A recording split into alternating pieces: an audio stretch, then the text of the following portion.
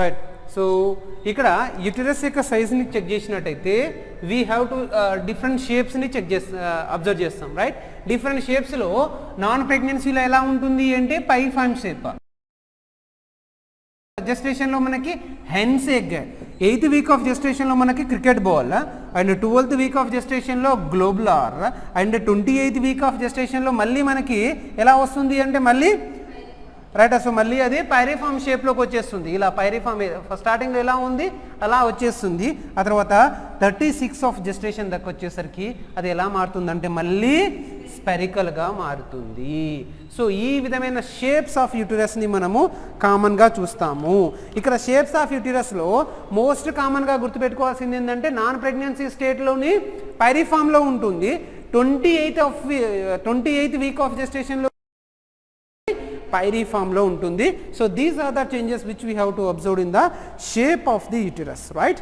ఆ తర్వాత సర్విక్స్ దగ్గరకు వచ్చేసినట్టయితే ఏంటి, సర్విక్స్ దగ్గరకు వచ్చేసినట్టయితే మోస్ట్ కామన్లీ మనము సర్విక్స్ దగ్గరకు వచ్చేసినట్టయితే మనం సర్విక్స్లో ఏం చూస్తామంటే మ్యూకస్ ప్లగ్ ఫార్మేషన్ చూస్తాం. అవునా కదా, మ్యూకస్ ప్లగ్ ఫార్మేషన్, దాన్ని గూడుల్ సైన్ అంటాం కదండి. Mucus plug formation right. So plug అప్పుడు మనకి సాఫ్ట్నింగ్ ఆఫ్ సర్విక్స్ కనిపిస్తుంది. మ్యూకస్ అనేది ఎక్కువ అవడం వల్ల సాఫ్ట్నింగ్ ఆఫ్ ది సర్విక్స్ని మనము గూడల్ సైన్ అంటున్నాం కదా. దగ్గరకు వచ్చేసరికి ఏం చెక్ చూస్తాము అంటే that is called as a Goodell సైన్ని చూస్తాము. గోడల్ సైన్ అంటే ఏమని చెప్తున్నా నేను, సాఫ్ట్నింగ్ ఆఫ్ సర్విక్స్. ఎందుకు అవుతుంది సర్విక్స్ అనేది రైట్. సో సర్విక్స్ అనేది ఎందుకు సాఫ్ట్నింగ్ అవుతుంది, due to the mucus plug. So mucus plug వల్ల సర్విక్స్ మాత్రం ఏమవుతుంది అంటే సాఫ్ట్నింగ్ అవుతుంది. ఈ సాఫ్ట్నింగ్ అవ్వడాన్ని నేను ఏమంటున్నానంటే that is called as a sign అండి, గోడల్ సైన్ రైట్.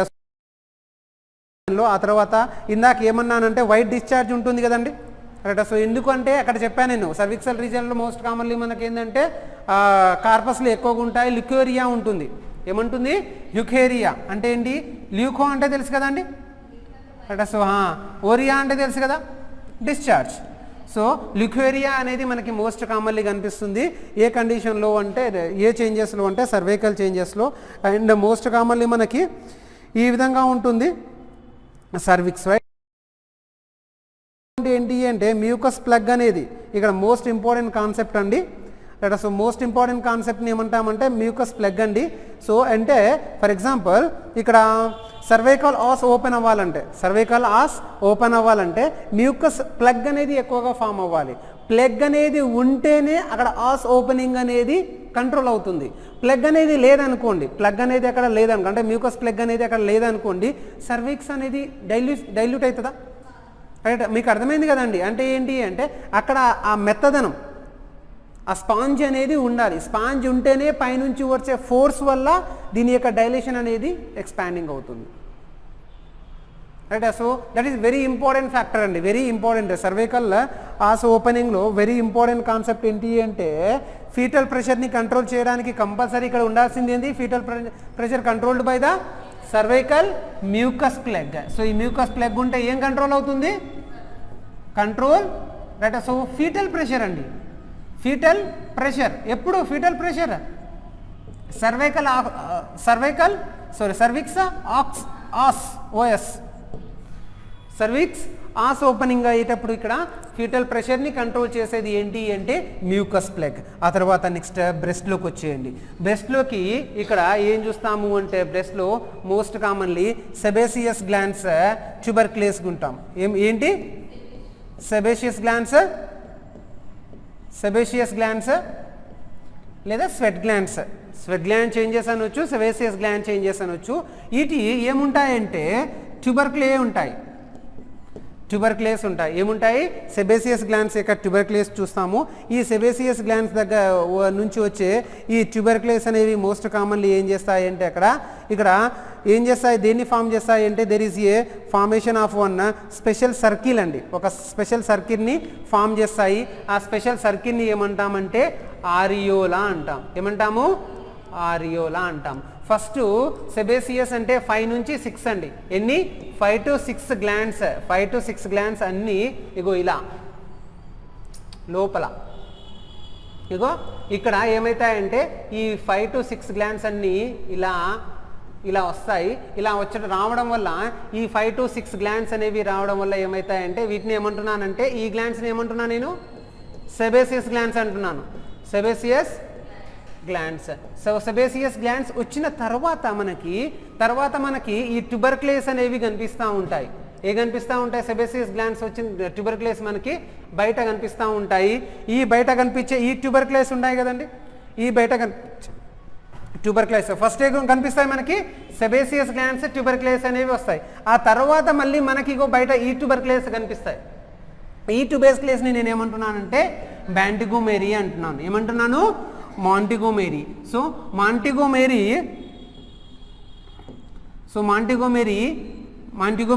ట్యూబర్క్లేస్. ఈ మాంటిగోమెరీ ట్యూబర్క్లేస్ అనేది దేన్ని ఫామ్ చేస్తున్నాయంటే సెకండరీ ఆరియోలాని ఫామ్ చేస్తున్నాయి. ఏ ఆరియోలా? సెకండరీ ఆరియోలా. మామూలుగా ఫస్ట్ ఏం కనిపిస్తాయంటే ప్రైమరీ ఆరియోలాస్ కనిపిస్తాయి. ఏ గ్లాండ్స్ వల్ల? ఏ గ్లాండ్స్ ఎఫెక్ట్ వల్ల? సెబాసియస్ గ్లాండ్స్ వల్ల. ఆ తర్వాత మాంటిగోమెరీ వచ్చేసినట్టయితే దాని తర్వాత ఏమవుతాయండి? సెకండరీ ఆరియోలా. ఈ సెకండరీ ఆరియోలా రావడం వల్లనే అక్కడ ప్రెగ్నెన్సీలో ఉండే ఈ హార్మోన్స్ వల్ల అక్కడ బ్రెస్ట్ టిష్యూ ప్రిపరేషన్స్ అనేవి జరుగుతాయి. ఆ టిష్యూ ప్రిపరేషన్ జరగడం వల్ల అక్కడ కొలాస్ట్రమ్ అనేది ఈ మాంటిగోమెరీ ట్యూబర్క్లేస్ వల్ల ఏం ఫామ్ అవుతాయి? కొలాస్ట్రమ్ అనేది ఫామ్ అవుతాయి. ఈ కొలాస్ట్రమ్ అనేది మోస్ట్ కామన్గా మనము అబ్జర్వ్ చేయొచ్చు. ఆ తర్వాత మనకి కొలాస్ట్రమ్ అనేది రిలీజ్ అయితేనే ఉంటుంది. సెకండరీ ఆరియోలా ఫామ్ అయింది అనుకోండి, కొలాస్ట్రమ్ అనేది లీక్ అవుతూ ఉంటుంది. కొలాస్ట్రమ్ లీకేజ్ని మనము 12th వీక్లోనే గమనించవచ్చండి. ఇక్కడ ఇది గుర్తుపెట్టుకోండి అమ్మా. ఎన్ని week? 12th week of gestation నుంచే మనం ఏంటంటే ఆ కొలాస్ట్రమ్ లీకేజ్ని మనం అబ్జర్వ్ చేయొచ్చు.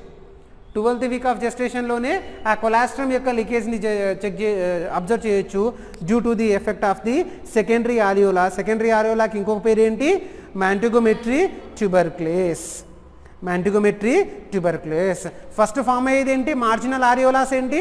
ఫస్ట్ లోపల మార్జినల్ ఆరియోలాస్ ఏంటి అంటే సెబేసియస్ గ్లాండ్స్. సెబేసియస్ గ్లాండ్స్ కాస్త ఎలా మారుతాయంటే ట్యూబర్క్లేస్ అనేవి పెరుగుతూ ఉంటాయి. ట్యూబర్క్లేస్ కనుక పెరిగినట్టయితే వాటికి ఎఫెక్ట్ వల్ల వచ్చేది మాంటిగోమెరీ ట్యూబర్క్లేస్. మాంటిగోమెరీ ట్యూబర్క్లేస్కి ఇంకొక పేరు ఏంటి అంటే సెకండరీ ఆరియోలా. ఈ విధంగా బ్రెస్ట్లో మనం 2 types ఆఫ్ చేంజెస్ చూడొచ్చు. Formation of the primary areolas and the secondary areolas during the pregnancy, right. And next కనుక మనము చెక్ చేసినట్టయితే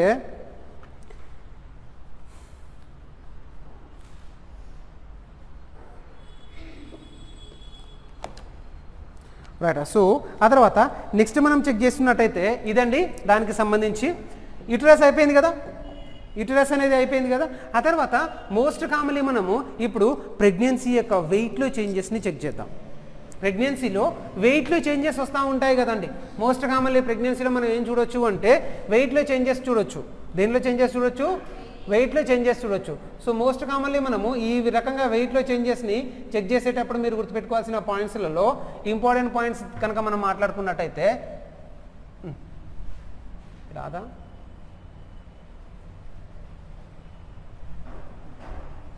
సరే మీకు నేను జూమ్ చేస్తాను. ఇది ఎంతవరకు కనిపిస్తుందో అంతవరకు నేను I will try to Zoom. Right, ఇప్పుడు కనిపిస్తుంది అనుకుంటున్నాను, ఐ హోప్ సో, రైట్.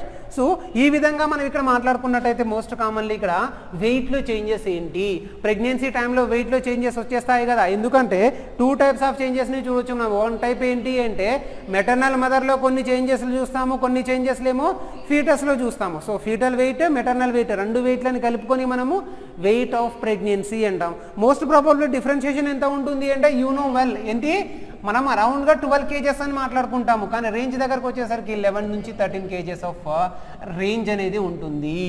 మామూలుగా ఎంత ఉంటుంది? 12 kgs డిఫరెంట్. దేనికి? ప్రెగ్నెంట్కి నాన్ ప్రెగ్నెన్స్కి. ప్రెగ్నెన్స్కి నాన్ ప్రెగ్నెన్స్కి most common differentiation can be observe, that is called as a 12 kgs. And తర్వాత మనం చెక్ చేసుకున్నట్టయితే ఎన్ని అంటే రేంజ్ అనుకున్నప్పుడేమో 11 to 13 kgs ఆఫ్ వేరియేషన్ని మనం చెక్ చేయొచ్చు. అయితే ఈ విధంగా ఉండే 12 kgs లేదా 13 kgsని మనం పౌండ్లో తీసుకున్నట్టయితే 24 poundsగా చెక్ చేస్తాము.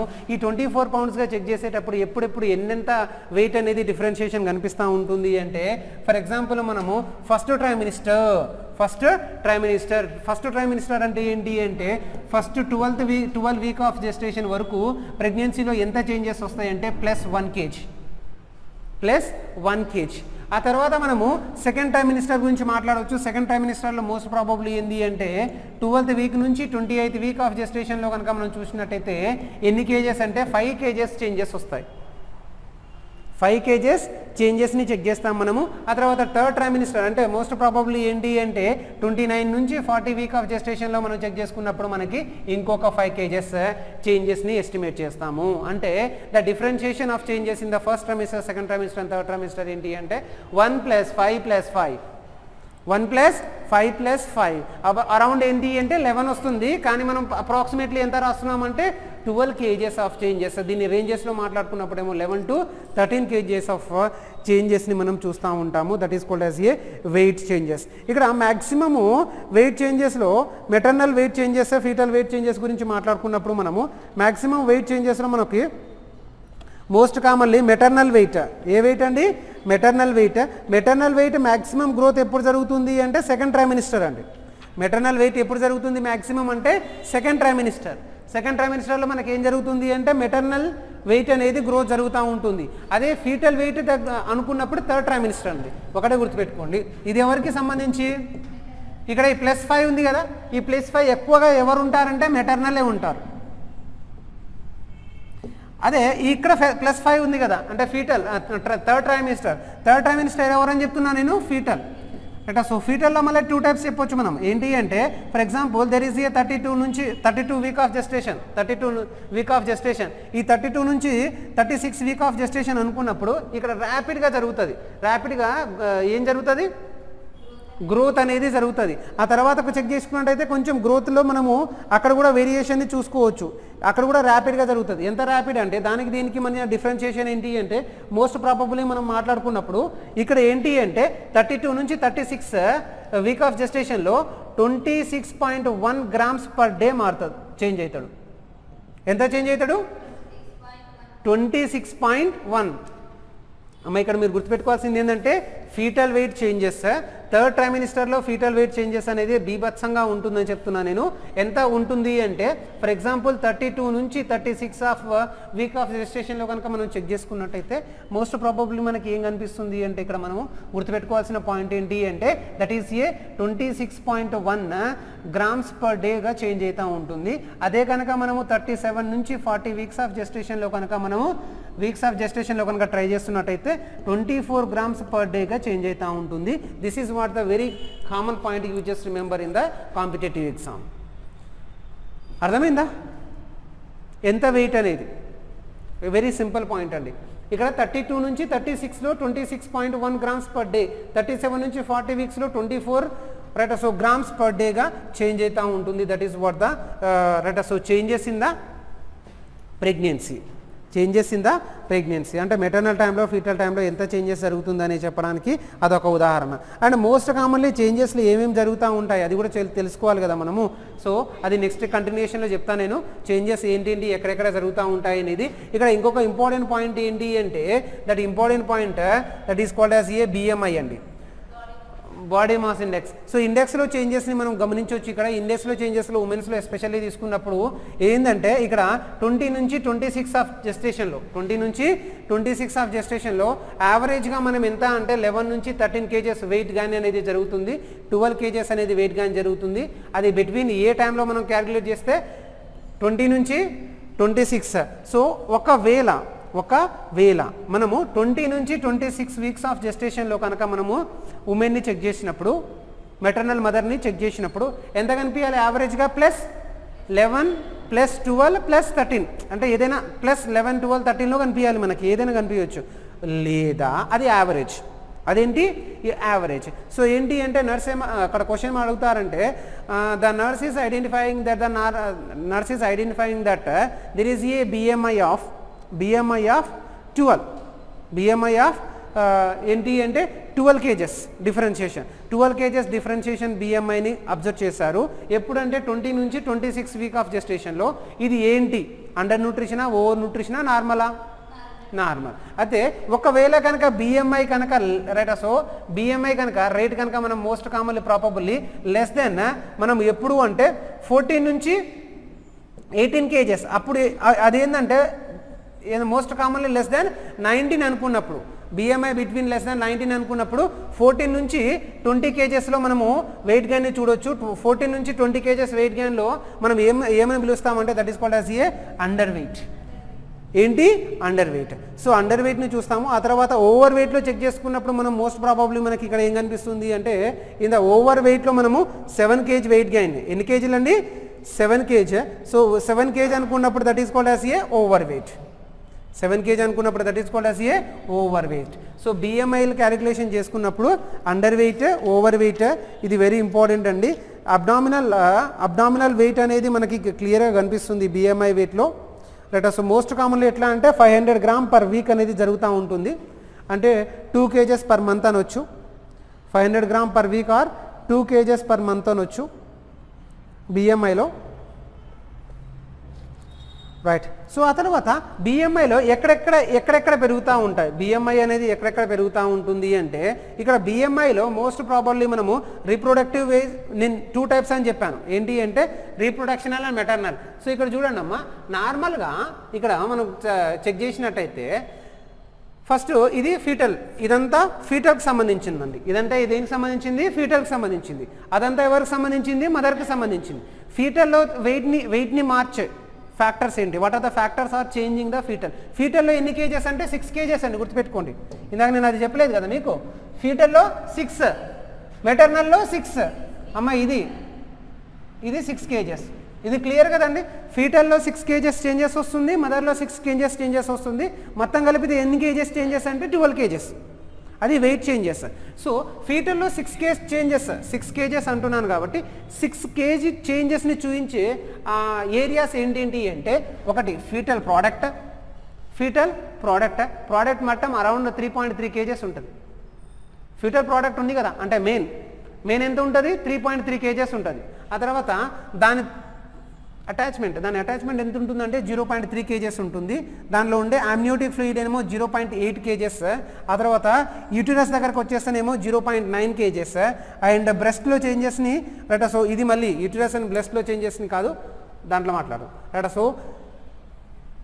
అండ్ దీంట్లో మనం చెక్ చేసినప్పుడు 0.9, బ్రెస్ట్లో 0.4, టోటల్గా 6 kgs.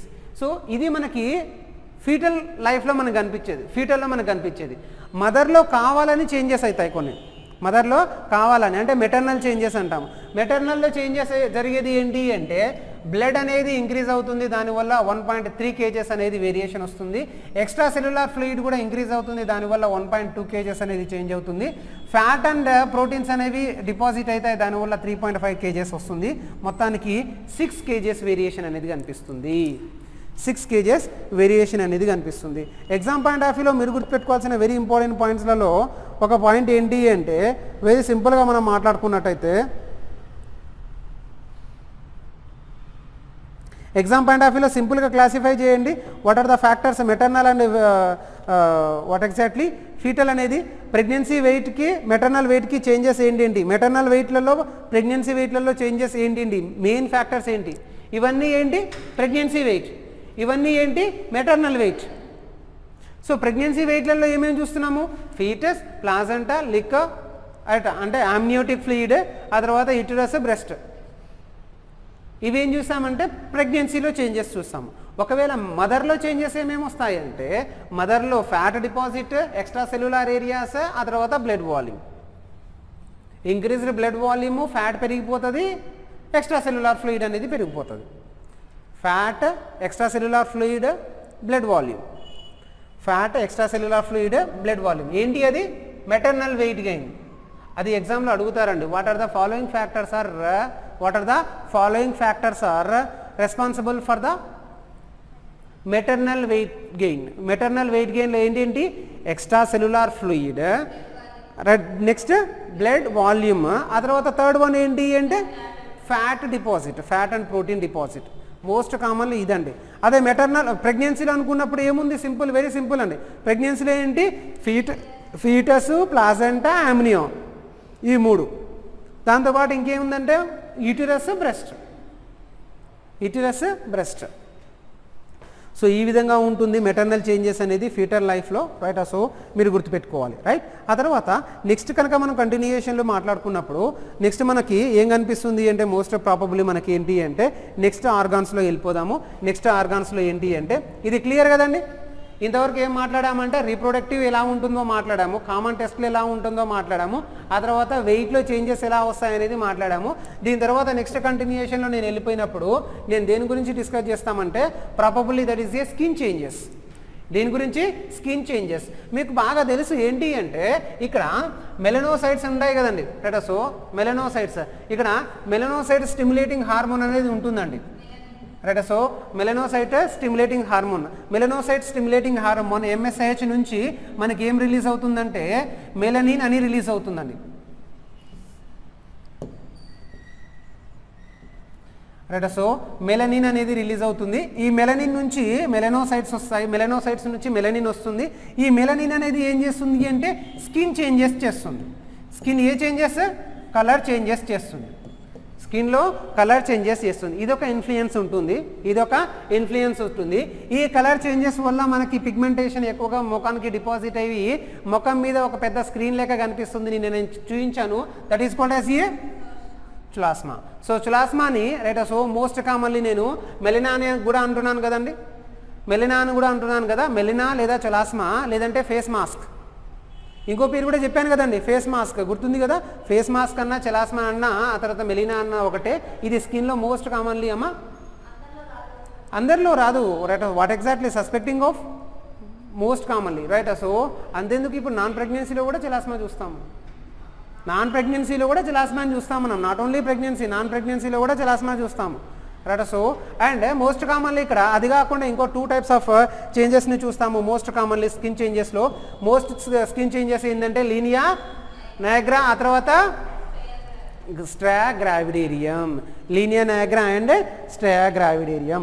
ఫస్ట్ మనం లీనియా నయాగ్రా గురించి చూస్తాము. లీనియా నయాగ్రాలో మనకి మోస్ట్ కామన్గా ఏం కనిపిస్తుంది అంటే ఒక డార్క్ బ్లాక్ బ్రౌన్ లైన్ కనిపిస్తుంది. కనిపిస్తుందా?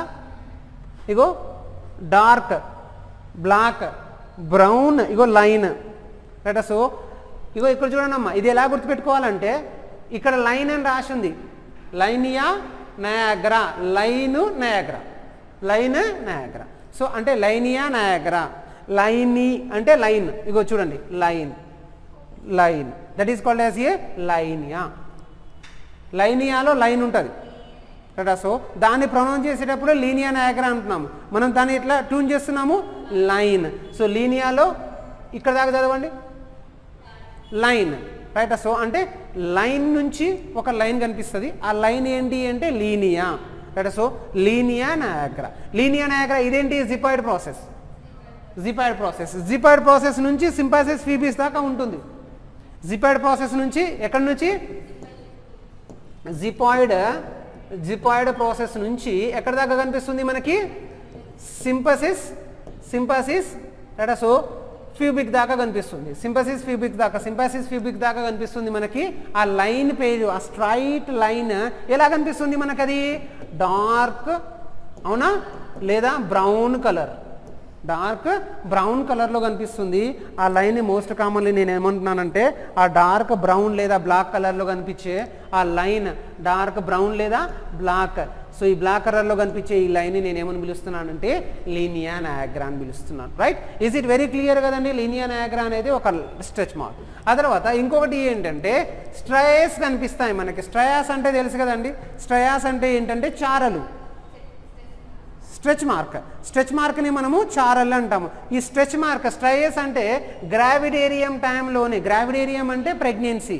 సో ప్రెగ్నెన్సీ టైంలోనే మనకి కనిపించే ఆ చారలు ఏదైతే ఉన్నాయో, ఆ స్ట్రెచ్ మార్క్స్ ఏదైతే ఉన్నాయో వాటిని స్ట్రయే గ్రావిడేరియం అంటాము. గ్రావిడా అంటే ప్రెగ్నెన్సీ, స్ట్రయస్ అంటే స్ట్రెచ్ మార్క్స్, రైట్. సో ఇదేంటంటే స్కిన్ యొక్క అన్ఫోల్డ్ అంటాము. ఇది ఏమంటాము? స్కిన్ యొక్క అన్ఫోల్డ్. సో స్కిన్ ఏమవుతుంది అంటే యాక్చువల్లీ అబ్డామినల్లో బాగా డిపాజిట్ అవుతూ ఉంటుంది, బాగా డిపాజిట్ అయ్యి ఇక్కడ స్కిన్ అనేది ఏమవుతుంది అంటే అన్ఫోల్డ్ అవుతుంది. అండ్ కొంతమందిలో ఈ ఫీటల్ యొక్క సైజ్ అనేది అంటే ఎప్పుడు మోస్ట్ ప్రాబబ్లీ మనము చెప్తున్నాం కదా పోస్టమ్ బేబీస్ రైట్. సో పోస్టమ్ బేబీస్లో మోస్ట్ కామన్లీ మనము ఈ చారల్ అనేది రైట్ సో ఎక్కువగా ప్యాచెస్లో కనిపిస్తాయి మనకి. సో మోస్ట్ కామన్లీ మనం కనిపిస్తాము స్కిన్ యొక్క అన్ఫోల్డ్ నేను ఏమని పిలుస్తున్నాను, స్ట్రైగ్రావిడేరియం అంటున్నాను. సో అది వైటిష్ పర్పుల్ కలర్లో మనకి కనిపించే స్ట్రెచ్ మార్క్స్, వైటిష్ పర్పుల్ కలర్లో కనిపించే స్ట్రెచ్ మార్కులు అండి. వైటిష్ పర్పుల్ కలర్లో మనకి స్ట్రెచ్ మార్క్స్ అనేవి కనిపిస్తూ ఉంటాయి రైట్. సో ఇదే స్ట్రెచ్ మార్క్స్ కనుక మనకి రైట్ సో అలా కనుక ఎక్కువగా కనిపించినప్పుడు ఈ స్ట్రెచ్ మార్క్స్ వైటిష్ పర్పుల్ కలర్లో కనిపించే ఈ స్ట్రెచ్ మార్క్ దగ్గరకు వచ్చేసినట్టయితే మనం మోస్ట్ ప్రాబబ్లీ ఏం అబ్జర్వ్ చేస్తామంటే ఇక్కడ ఒక్కొక్కసారి తెల్లగా కూడా కనిపిస్తాయి. అదే అప్పుడు ఇక్కడ ఈ లైన్ తెల్లగా కనిపించిన ఆల్బికానే. ఆల్బికా అంటే వైట్, ఈ లైన్ ఇక్కడ కనిపించిన ఆల్బికానే. సో ఆల్బికా, ఇక్కడ కూడా ఆల్బికా అంటే ఏంటి, మోస్ట్ వైట్గా ఉంటే ఆల్బో ఈజ్ నథింగ్ బట్ ఒకటేనండి, ఆల్బా కనిపిస్తే అది వైట్ రైట్. సో ఈ విధంగా ఉంటుంది చేంజెస్ అనేవి. ఆ తర్వాత నెక్స్ట్ చేంజెస్లో కనుక మనం చూసుకున్నట్టయితే ఇది స్కిన్ చేంజెస్ కదండి, క్యూటేనియస్ చేంజెస్. ఏ చేంజెస్, క్యూటేనియస్ చేంజెస్ తర్వాత మనము నెక్స్ట్ ఇంకేమైనా చూడవచ్చు అంటే బాడీలో అదర్ సిమ్టమాటిక్ చేంజెస్లోకి వెళ్ళిపోయినట్టయితే అదర్ సిమ్టమాటిక్ చేంజెస్లో మనకి ఏమేమి వస్తాయంటే ఫర్ ఎగ్జాంపుల్ ఇది మెయిన్ చేంజెస్, ఇంతవరకు మనం అబ్జర్వ్ చేసింది ఏంటంటే మెయిన్ చేంజెస్. ఇంకా అదర్ చేంజెస్లో చూసుకున్నట్టయితే మనకి ఫటాఫట్ చెప్పొచ్చు. అదర్ చేంజెస్లో మోస్ట్ కామన్లీ ఏంటి అంటే కార్డియోవాస్కులర్ సిస్టానికి సంబంధించి, ఈ కార్డియోవాస్కులర్ సిస్టానికి సంబంధించి ప్రాపబుల్గా మనం చెక్ చేసుకున్నట్టయితే ఇక్కడ అన్ని ఇంక్రీజ్ అయితేనే ఉంటాయండి కార్డియోవాస్కులర్ సిస్టంలో, అవునా కాదా. ఇప్పుడు హార్ట్ రేట్ ఇంక్రీజ్ అవుతుంది కదా, నరిష్మెంట్ ఎక్కువగా అవసరం ఉంది. ఇక్కడ ఒకటే గుర్తు ఏంటి అంటే మనకి ఏం ఎక్కువగా అవసరం ఉంది అంటే నరిష్మెంట్ అనేది ఎక్కువగా అవసరం ఉంది. నరిష్మెంట్ ఎక్కువగా ఉంది అంటే నరిష్మెంట్ ఉంటే ఏంటి, అన్నీ ఇంక్రీజ్డ్. మోస్ట్ ప్రాబబ్లీ మనం మాట్లాడుకోవాల్సింది ఏంటంటే ఇంక్రీజ్డే. కార్డియాక్ అవుట్పుట్ ఇంక్రీజ్ అవుతుంది, అవునా కదా. కార్డియాక్ అవుట్పుట్ ఏమవుతుంది, ఇంక్రీజ్ అవుతుంది. ఇక్కడ మోస్ట్లీ నరిష్మెంట్ ప్రొవైడ్ అవుతుంది కాబట్టి ప్లాజెంటాకి మోస్ట్లీ అన్నీ ఇంక్రీజే. ఇక్కడ సింపుల్గా రాసుకుందాం, cardiac output increase and heart size increase. Cardiac output increased, heart size kuda increased and stroke volume kuda ikkada emoutundi, increase avutundi. Stroke volume anedi emoutundi ante increase avutundi. Stroke volume anedi increase avutundandi. ikkada stroke volume అనేది ఇంకమవుతుంది, increase అవుతుంది. And heart అనేది upward డైరెక్షన్లో వెళ్ళిపోతుంది కదా slightly. Heart అనేది slightly direction ఏమవుతుందంటే upward direction, అంటే కొంచెం ముందుకు జరిగినట్టు అనిపిస్తుంది మనకి. అర్థమైందా. హార్ట్ అనేది ఏ డైరెక్షన్లో కనిపిస్తుంది మనకి, అప్వర్డ్ డైరెక్షన్లో కనిపిస్తుంది. ఈ విధంగా ఉంటుంది రైట్. సో దీంట్లో ప్రాపబుల్గా ఇందాకనే చెప్పాం, మనం ఏం చేసామంటే ఇందాక చెప్పాను కదండి, మెటర్నల్ మదర్స్లో బ్లడ్ వాల్యూమ్ అనేది ఇంక్రీజ్ అవుతుంది. ప్లాస్మా వాల్యూమ్ ఎంతవరకు ఇంక్రీజ్ అవుతుంది అంటే 40 నుంచి 50%. మెయిన్ ప్లాస్మాని కనుక చెక్ చేసుకున్నట్టయితే 40 నుంచి 50% అనేది ఇంక్రీజ్ అవుతుంది. కారణం ఎవరంటే ఆల్డోస్టిరాన్ అండి. ఆల్డోస్టిరాన్ యొక్క ఇన్ఫ్లుయెన్స్ ఎక్కువగా అవడం వల్ల దీంట్లో 40 నుంచి 50% ఇంక్రీజింగ్ ఆఫ్ ది ప్లాస్మాని చూడొచ్చు మనం. హార్ట్ రేట్ అనేది ఆ బీట్లో చెక్ చేసుకున్నట్టయితే 5 beats per minute మనకి డిఫరెన్షియేషన్లో ఇంక్రీజ్ అవుతుంది. ఎన్ని బీట్స్, 5 beats అంటే +5. నార్మల్ బీట్స్కి ఎన్ని, +5. సో +5 బీట్స్ని మనం చెక్ చేయొచ్చు. కార్డియాక్ అవుట్పుట్ ఆల్రెడీ ఇంక్రీజ్ అవుతుందని చెప్పాను కదా, 50% ప్రాపబుల్గా ఇంక్రీజ్ అవుతుంది ఫస్ట్ ట్రైమినిస్టర్లో. ఏ ట్రైమినిస్టర్లో, ఫస్ట్ ట్రైమినిస్టర్లో మ్యాక్సిమం మనం మాట్లాడుకున్నట్టయితే ఎంతవరకు ఇంక్రీజ్ అవుతుంది అంటే 50% కార్డియాక్ అవుట్పుట్ అనేది ఇంక్రీజ్ అవుతుంది. ఎందుకు అంటే ఆర్గానోజెనిసిస్ అనేది అప్పుడే బాగా జరుగుతుంది. ఆర్గానోజెనిసిస్ జరుగుతుంది అంటే ఆర్గానోజెనిసిస్ టైంలో మనకి ఏముంటుంది అంటే high pulsation rate, high cardiac output అనేది మనం కామన్గా చూస్తూ ఉంటాము రైట్. అండ్ నెక్స్ట్ మనకి బ్లడ్ ప్రెషర్ కూడా ఆటోమేటిక్గా ఇక్కడికి వచ్చేసి ఫస్ట్ అండ్ సెకండ్ ట్రైమినిస్టర్లో యాక్చువల్లీ బ్లడ్ ప్రెషర్ అనేది ఏంటి అంటే డిక్రీజ్డ్ అండి. బ్లడ్ ప్రెషర్ అనేది ఏంటి అంటే డిక్రీజ్డ్. ఎప్పుడెప్పుడు, ఫస్ట్ అండ్ సెకండ్ ట్రైమినిస్టర్. సో కారణం ఏంటంటే ప్రొజెస్టిరానే అనుకోండి, అదే థర్డ్ ట్రైమినిస్టర్లో ఏమవుతుందంటే ఇంక్రీజ్ అవుతుంది. వెరీ ఇంపార్టెంట్ పాయింట్ని మీరు నోట్ చేసుకోవాలండి రైట్. సో ఇది ఏంటంటే థర్డ్ ట్రైమినిస్టర్ దగ్గరకు వచ్చేది బ్లడ్ ప్రెషర్ ఏమవుతుంది, ఇంక్రీజ్ అవుతుంది. అండ్ ఫస్ట్ అండ్ సెకండ్ ట్రైమినిస్టర్లో బ్లడ్ ప్రెషర్ ఏమవుతుంది, డిక్రీజ్లో ఉంటుంది. అందుకనే most commonly pre eclampsia condition అంటాం కదండి. మీకు తెలుసా pre eclampsia condition? Pre eclampsia condition most commonly మనము ఎప్పుడు చూస్తామంటే థర్డ్ ట్రైమినిస్టర్లోనే most complication of pre eclampsia లేదా ఎక్లాంషియా కండిషన్ చూస్తాము. ఎందుకంటే ఎక్లాంషియా ప్రీ ఎక్లాంషియా కండిషన్స్ ఎందుకంటే అప్పుడు బ్లడ్ ప్రెషర్ అనేది థర్డ్ ట్రైమినిస్టర్లో ఆటోమేటిక్గా పెరుగుతుంది. ఎందుకు అంటే progesterone influence. So most commonly preeclampsia and eclampsia risk can be perceived and observed at third trimester due to the increasing of the blood pressure. ఇక్కడ ఇంకొకటి కూడా మాట్లాడుకోవచ్చు. మనం ఏం మాట్లాడుకోవచ్చు అంటే మామూలుగా 5% to 10% బ్లడ్ ప్రెషర్ అనేది ఇంక్రీజ్ అవుతుంది కదండి రైట్. సో అయితే ఇక్కడ స్లైట్లీ మనము ఏం చేస్తున్నామంటే అక్కడ ఫస్ట్ అండ్ సెకండ్ ట్రైమినిస్టర్లో ఏమవుతుంది? డిక్రీజ్. వెరీ ఇంపార్టెంట్ అంటే ఫస్ట్ అండ్ సెకండ్ డిక్రీజ్ అవుతుంది. ఎంత డిక్రీజ్ అవుతుందో తెలుసా? 5 నుంచి 10 mm ఆఫ్ హెచ్జీ డిక్రీజ్ అవుతుంది. 5 నుంచి 10 mm ఆఫ్ హెచ్జీ డిఫరెన్షియేషన్ని చూస్తాం ఎప్పుడు? First and second. థర్డ్ ట్రైమినిస్టర్లో వెరీ గుడ్. థర్డ్ ట్రైమినిస్టర్లో ఏమవుతుందంటే ఇంక్రీజ్ అవుతుంది రైట్. సో అండ్ నెక్స్ట్ కనుక మనం మాట్లాడుకుంటే బ్లడ్లో కనుక చేంజెస్ని హెమటాలజికల్ చేంజెస్లో కనుక చెక్ చేసుకున్నట్టయితే ఇందాకనే చెప్పానండి, మళ్ళీ ఒక్కసారి ఫట్ హెమటాలజికల్ చేంజెస్ చెప్తాను. హెమటాలజికల్ చేంజెస్లో ఇందాక ప్లాస్మా ఆటోమేటిక్గా 50% ఇంక్రీజ్ అవుతుందని చెప్పాను కదండి. ప్లాస్మా ఎంత పర్సెంటే? 50% ఇంక్రీజ్ అవుతుంది. అండ్ ప్లాస్మా అయితే 50% ఇంక్రీజ్ అవుతుంది. ఇక్కడ గుర్తుపెట్టుకోవాల్సిన లాజికల్ పాయింట్ ఏంటంటే ప్లాస్మా అయితే 50% ఇంక్రీజ్ అవుతుంది, కానీ ఇక్కడ ఆర్బీసీ వాల్యూమ్ని చెక్ చేసుకున్నప్పుడు జస్ట్ 20 నుంచి 30%. ఇక్కడ ఏమంటున్నా నేను? ప్లాస్మా ఎంత పర్సెంట్? Plasma is equal 50. అదే ఆర్బీసీ ఈజ్ ఈక్వల్ ఎంత అంటున్నాను? 20 నుంచి 30% అంటున్నాను. 20 నుంచి 30% అంటున్నాను. కారణం ఏంటంటే హీమోడైలేషన్ అనేది బాగా జరుగుతూ ఉంటుంది. హీమోడైలేషన్ జరుగుతున్నప్పుడు మనము ప్లాస్మా ఆర్బీసీ యొక్క కౌంట్ని మనము తగ్గిస్తారు రైట్. సో అండ్ ఇక్కడ ఇంకొకటి ఏమవుతుంది అంటే డబ్ల్యూబీసీ యొక్క కౌంట్ బీభత్సంగా ఇంక్రీజ్ అవుతుంది. ఎంత అంటే 500 నుంచి 5000 నుంచి 20,000 సెల్స్గా చేంజ్ అవుతుంది.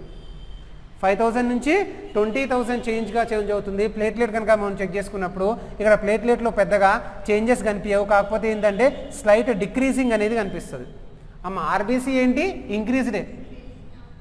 డబ్ల్యూబీసీ ఇంక్రీజే, కానీ ప్లేట్లెట్ రైట్. సో సేమ్ లేదా డిక్రీజ్డ్. ప్లేట్లెట్ మాత్రం డిక్రీజ్. ఇది గుర్తుపెట్టుకోండి, స్లైట్లీ డిక్రీజ్. ప్లేట్లెట్ మాత్రం స్లైట్లీ డిక్రీజ్. ఇక్కడ ప్లేట్లెట్ అనేది లెవెల్స్ అనేవి most commonly right. So decrease అయిపోయినాయి కదా, ప్లేట్లెట్ లెవెల్స్ అనేవి డిక్రీజ్ అయిపోయినాయి రైట్. సో అయితే ఇక్కడ ఏమవుతుంది అంటే మోస్ట్ కామన్ కాంప్లికేషన్ మనం ఏం చూస్తామంటే థ్రాంబోసిస్ డివిటీ చూస్తాము లెఫ్ట్ లెగ్కి.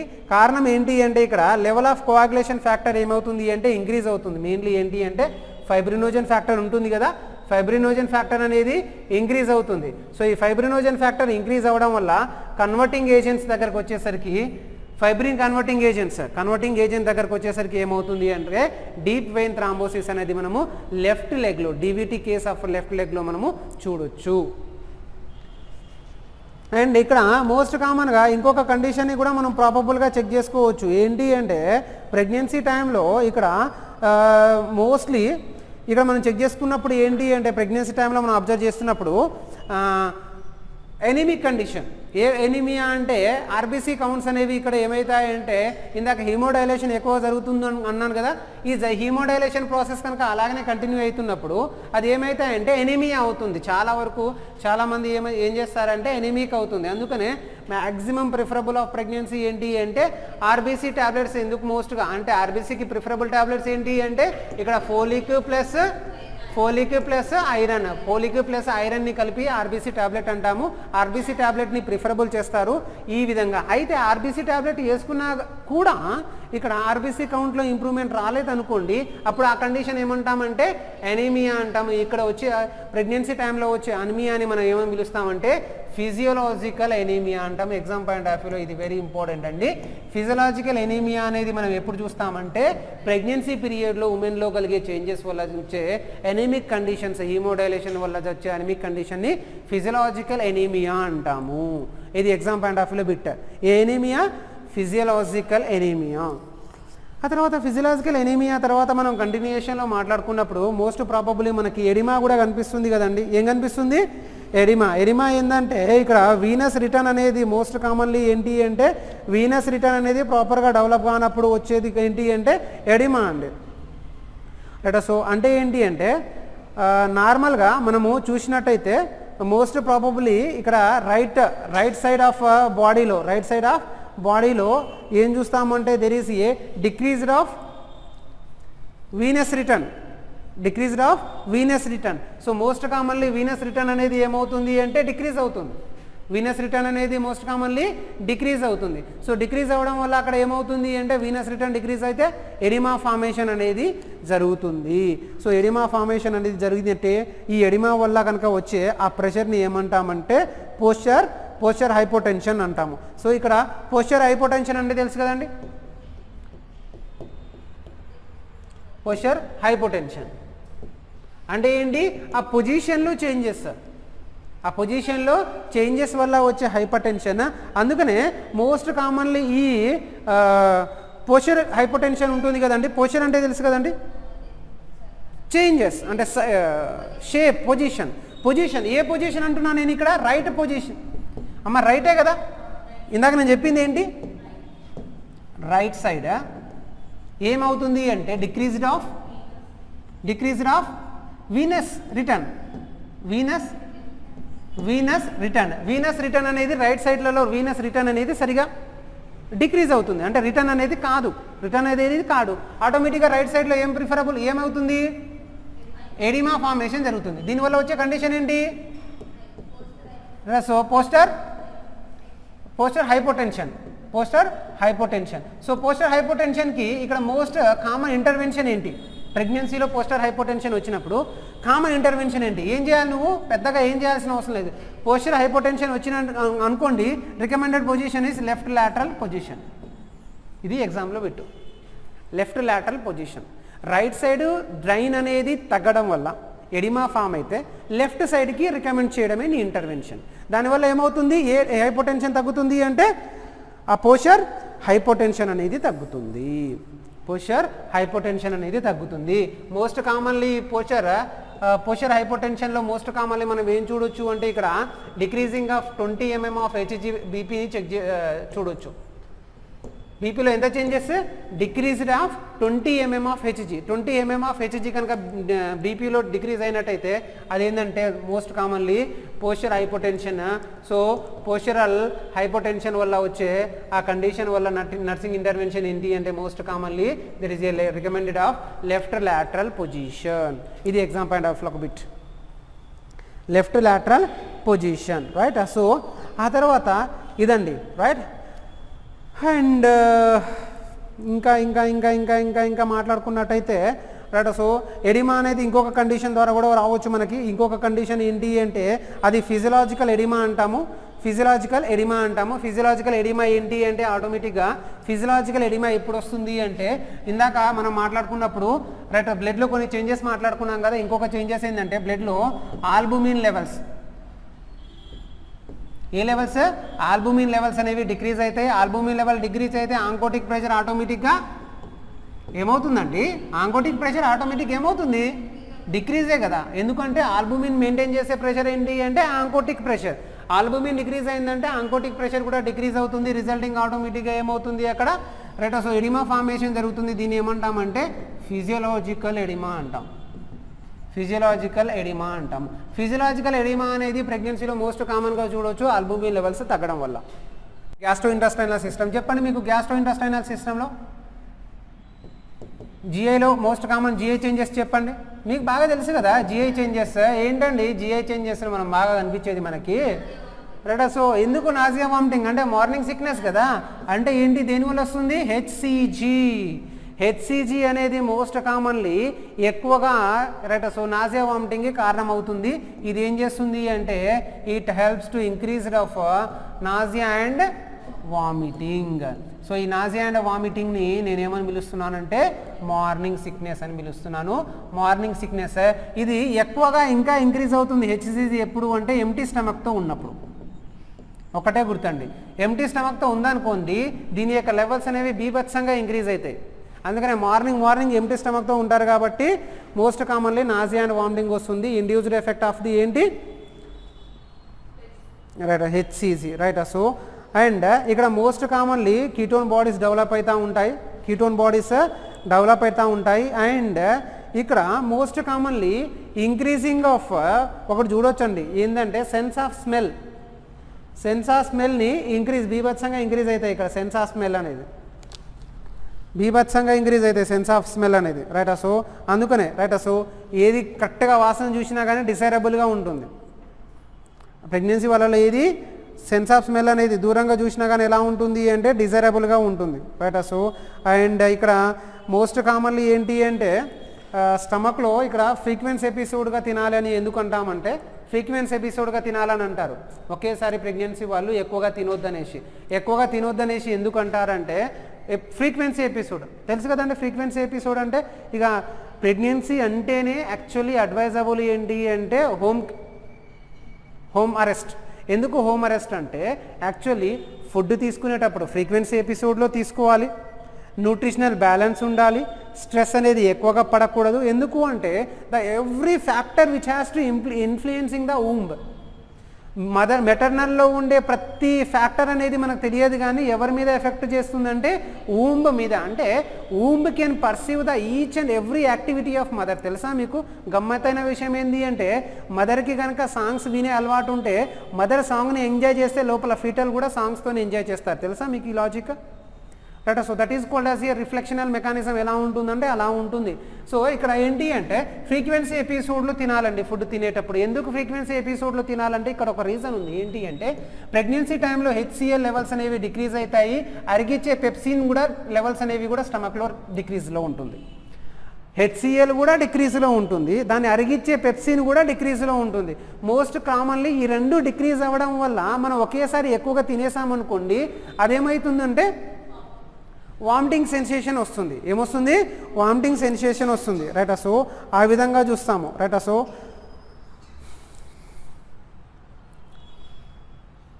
అవునా కదా, రైట్. సో ఇక్కడ డిక్రీజ్ అయింది కదా, దీన్ని ఏమంటున్నానంటే సో మోస్ట్ కామన్లీ అక్లోహైడ్రోమియా అంటున్నాను.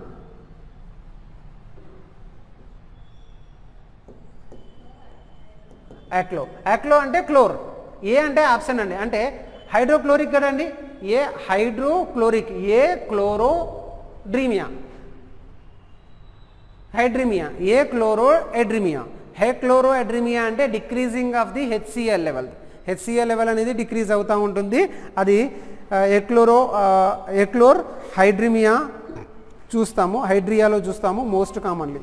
ఆ తర్వాత రీనల్ చేంజెస్లో వచ్చేద్దాం. ఏ చేంజెస్ అండి, రీనల్ చేంజెస్. ప్రాబబుల్లీ మనం రీనల్ చేంజెస్లో చెక్ చేస్తున్నప్పుడు మనము ఇక్కడ కిడ్నీలో మనకి ఏం కనిపిస్తాయంటే జిఎఫ్ఆర్ ఉంటుంది కదండి. వెరీ ఇంపార్టెంట్ పాయింట్ ఏంటి అంటే జిఎఫ్ఆర్ అనేది ఇక్కడ 50% ఇంక్రీజ్లో ఉంటుందండి. జిఎఫ్ఆర్ అనేది ఎంత ఇంక్రీజ్లో ఉంటుంది, 50% ఇంక్రీజ్లో ఉంటుంది. మోస్ట్ కామన్లీ మీరు గుర్తుపెట్టుకోవాలండి. సో ప్రెగ్నెన్సీ స్టేజ్లో జిఎఫ్ఆర్ ఈజ్ ఇంక్రీజ్డ్ ద 50% అండి, 50%. ఫిల్ట్రేషన్ రేట్ అనేది 50% ఇంక్రీజ్లో ఉంటుంది.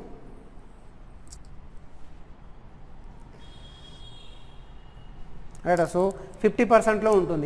ఇంకేమిటి ఉంటుంది, వాల్యూమ్ ఎలా ఉంటుంది, ఇంక్రీజ్ ఉంటుంది. వాల్యూమ్ అనేది హైపర్ వాల్యూమియా ఉంటుంది, అవునా కదా, హైపర్ వాల్యూమియా ఉంటుంది. అండ్ ఇక్కడ ఇంకొకటి కూడా చూస్తాం, ఏంటి, ఇంక్రీజ్ ఆఫ్ థర్డ్ ట్రైమిస్టర్ దాకా కనిపిస్తుంది. యూరినరీ ఫ్రీక్వెన్సీ అండి, అవునా కదా, ఫ్రీక్వెన్సీ అనేది ఇక్కడ ఇంక్రీజ్ అవుతూ ఉంటుంది కదండి. ఇంక్రీజ్డ్ యూరినరీ ఫ్రీక్వెన్సీ అంటే ఆ మెచ్యురేషన్ ప్రాసెస్ అనేది ఇంక్రీజ్డ్ ఎపిసోడ్స్ ఉంటాయి కదా, ఇంక్రీజ్డ్ ఎపిసోడ్స్ ఆఫ్ మెచ్యురేషన్స్ ప్రాసెస్ అనేది మోస్ట్ కామన్గా చూస్తాం మనము. అంటే ఇంక్రీజ్డ్ యూరినరీ ఫ్రీక్వెన్సీ అనేది మోస్ట్ కామన్గా కనిపిస్తుంది. ఎందుకు మోస్ట్ కామన్గా కనిపిస్తుంది అంటే ఇక్కడ చెప్పాను కదా, జిఎఫ్ఆర్ ఎక్కువ ఉంటుంది, దానివల్ల హైపర్ వాలిమియా వల్ల 50% జిఎఫ్ఆర్ పెరిగింది. 50% జిఎఫ్ఆర్ పెరిగినప్పుడు ఆటోమేటిక్గా ఏమవుతుంది అంటే ఫ్రీక్వెన్సీ ఎపిసోడ్ కూడా పెరుగుతుంది. So this is what most common renal changes we observe. Renal changes అనేది చూస్తాం మనం, రైట్. సో అండ్ కొన్నిసార్లు మనం ఇక్కడ మాట్లాడుకున్నప్పుడు ఏంటంటే యూరేటర్స్ ఉంటాయి కదండి, యూరేటర్స్. అబ్నార్మల్లో మాట్లాడుకున్నప్పుడు యూరేటర్స్ అనేవి కొన్నిసార్లు ఏమవుతాయంటే స్ట్రెస్ అవుతాయండి. ఇవి లోపల పెరుగుతున్నా ఒకటి దీని యొక్క ఒత్తిడి వల్ల స్ట్రెస్ అవుతూ ఉంటుంది. అప్పుడు ఏంటంటే ఫిల్ట్రేషన్ మీద ప్రెషర్ పడుతుంది, ఫిల్ట్రేషన్ మీద ప్రెషర్ పడుతూ ఉంటుంది. అది కొంచెం అబ్నార్మల్ కండిషన్స్ కొన్ని కేసెస్లో మనం చూస్తాం. రైట్. సో ఈ విధంగా చేంజెస్ అనేది మోస్ట్ కామన్గా మనము అబ్జర్వ్ చేస్తూ ఉంటాము. రైట్. అండ్ ఆ తర్వాత రైట్, ఇది చేంజెస్ అండి, సిస్టమేటిక్ చేంజెస్. అర్థమైంది కదండి సిస్టమేటిక్ చేంజెస్ ఏంటి ఎక్కడెక్కడ ఎలా ఉంటాయి అనేది. రైట్. సో ఆ తర్వాత నెక్స్ట్ మాట్లాడుకున్నట్టయితే మనము సో ఇక్కడ నెక్స్ట్ పాయింట్ వెరీ ఇంపార్టెంట్ ఏంటి అంటే ప్రీనేటల్ డయాగ్నోసిస్, దాన్నే యాంటీనేటల్ టెస్ట్ అంటాం అమ్మా. రెస్పిరేటరీ. రైట్. సో రెస్పిరేటరీలో మోస్ట్ కామన్లీ ఏంటి అంటే ఇక్కడ రెస్పిరేటరీలో నార్మల్ రెస్పిరేషనే ఉంటుంది. There is no particular changes in the respiration. రెస్పిరేషన్లో స్క్రీనెడ్ చేంజెస్ అనేది ఏముండదు, నార్మల్. కాకపోతే if there is a volume increased వాల్యూమ్లో ఉండి ఎడిమాటస్ కండిషన్లో ఉంటే హైపర్ వెంటిలేషన్ ప్రాబ్లం వస్తుంది. హైపర్ వెంటిలేషన్ రిస్క్, ఏ వెంటిలేషన్ అంటే హైపర్ వెంటిలేషన్ రిస్క్ అనేది ఉంటుంది. రైట్. సో ఇది ఇక్కడ మోస్ట్ కామన్లీ ఈ విధంగా ఉంటాయి రెస్పిరేషన్లో. అయితే ఇక్కడ మనము రెస్పిరేషన్లో ఒక పాయింట్ని యాడ్ చేయొచ్చు. ఏంటి అంటే మనం రెస్పిరేషన్ గురించి మాట్లాడుతున్నప్పుడు ఇక్కడ ఒక పాయింట్ని యాడ్ చేయొచ్చు. ఏంటి అంటే రెస్పిరేషన్ రేట్లో, రెస్పిరేషన్లో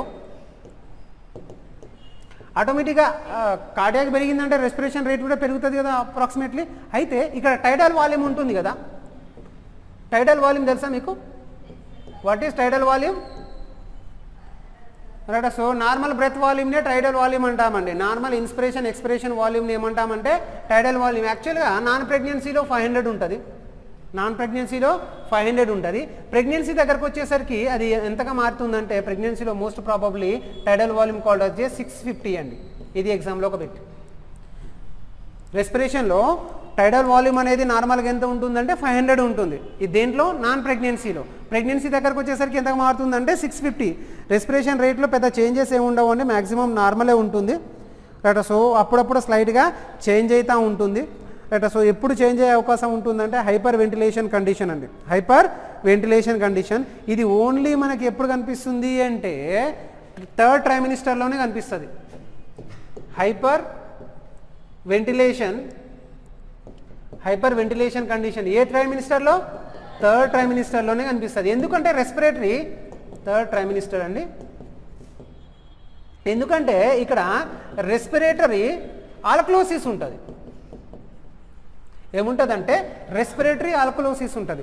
రెస్పిరేటరీ ఆల్కలోసిస్ ఉండడం వల్ల 3rd ట్రైమినిస్టర్లో మనకి మోస్ట్ కామన్లీ హైపర్ వెంటిలేషన్ కనిపిస్తుంది. అప్పుడు ఆర్ఆర్ మ్యాక్సిమం ఆర్ఆర్ అనేది ఇంక్రీజ్ అవుతూ ఉంటుంది, ఆర్ఆర్ అనేది ఇంక్రీజ్ అవుతూ ఉంటుంది. ఇది ఒక్కటే మనకు కనిపించే most common changes of the respiration. Rest of the most common కండిషన్స్లో రెస్పిరేటరీ చేంజెస్ పెద్దగా ఏమి ఉండవు. రైట్. ఆ తర్వాత and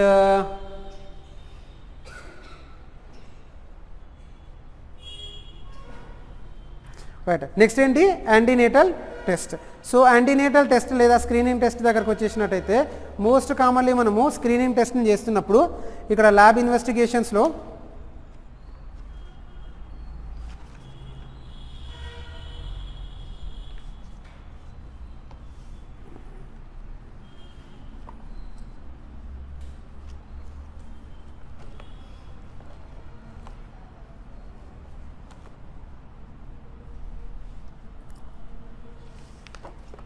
right. So most commonly ఇక్కడ మనము నెక్స్ట్ టెస్ట్ ఏంటి అంటే యాంటీనేటల్ టెస్ట్. యాంటీనేటల్ టెస్ట్లో మోస్ట్ కామన్లీ మనం ఏం అబ్జర్వ్ చేయొచ్చు అంటే యాంటీనేటల్ డయాగ్నోసిస్ అనేది ఇక్కడ 2 టైప్స్లో చేయొచ్చు అండి. మనము యాంటీనేటల్ డయాగ్నోసిస్ అనేది మెటర్నల్ వర్షన్లో టెస్ట్ చేయొచ్చు, లేదంటే ఫీటల్ వర్షన్లో టెస్ట్ చేయొచ్చు. అమ్మ 2 చెప్తున్నాను నేను. ఏంటి? 1 is the maternal version. Maternal వర్షన్లో ఒకటి చెక్ చేస్తారు, ఇంకోటి ఎలా చేస్తారు? ఫీటల్ వర్షన్ నుంచి ఒకటి చెక్ చేస్తారు. సరే, అది ఏ వర్షన్ అయినా కానివ్వండి. యాంటీనేటల్ టెస్ట్లో మనము మోస్ట్ కామన్లీ మాట్లాడుకునే టెస్ట్ ఏంటంటే అల్ట్రాసోనోగ్రఫీ. ఏ సోనోగ్రఫీ అండి? అల్ట్రాసోనోగ్రఫీ. సో అల్ట్రాసోనోగ్రఫీ అనేది మోస్ట్ కామన్ ప్రిఫరబుల్ టెస్ట్ కదండి. అవునా కదా, మోస్ట్ కామన్ ప్రిఫరబుల్ టెస్ట్. ఎందుకంటే బాడీలో ఉండే ఫీటల్ డెవలప్మెంట్ని మోస్ట్ కామన్లీ స్క్రీనింగ్ చేసే సేఫ్ టెస్ట్ అనుకున్నప్పుడు ఏంటి అంటే సోనోగ్రఫిక్ టెస్ట్. అండ్ ఇక్కడ సోనోగ్రఫీలో ఏ సోనోగ్రఫీ అనేది ప్రిఫరబుల్ అండి, ఎగ్జామ్లో ఇది అడుగుతారండి. అల్ట్రాసోనోగ్రఫీలో ఏ సోనోగ్రఫీ అనేది ప్రిఫరబుల్, అబ్డామినల్ సోనోగ్రఫీయా లేదంటే టీవీఎస్ఆ? Right. So most commonly TVS అండి, ట్రాన్స్ వజైనల్ సోనోగ్రఫీ అనేది మోస్ట్ ప్రిఫరబుల్ సోనోగ్రఫీ. చాలామందిలో ట్రాన్స్ వజైనల్ సోనోగ్రఫీ, కానీ ఎవరికైతే యాంటీపార్టమ్ హెమరేజిక్ కండిషన్స్ ఉంటాయో ఇది ప్రిఫర్ కాదు. మళ్ళీ చెప్తున్నా, ఎవరికి not preferable? Antepartum haemorrhage. Right. So antepartum haemorrhage ఏఎన్పిలో టీవీఎస్ అనేది ప్రిఫరబుల్ కాదు. రైట్. సో అండ్ ఇక్కడ యాంటీపార్టమ్ హెమరేజ్లో ఇది ప్రిఫరబుల్ కాదు టీవీఎస్ అనేది, మిగతా అన్ని కండిషన్స్లో ఇది ప్రిఫరబుల్ సోనోగ్రఫీ ఏంటి అంటే that is called as a transvaginal sonography. Transvaginal sonography దీని ద్వారా మనం ఏం చూస్తామంటే మోస్ట్ కామన్లీ ఆర్గాన్స్, టిష్యూస్ యొక్క ఫోటో ఇమేజ్ని మనం క్యాప్చర్ చేయొచ్చు. ఫోటో ఇమేజ్ని క్యాప్చర్ చేయొచ్చు. ఇది ఏ టెక్నిక్తోని రన్ అవుతూ ఉంటుంది అంటే దీంట్లో ఈ కోర్స్లో మోస్ట్ కామన్లీ రికార్డర్స్ ఎలా ఉంటాయంటే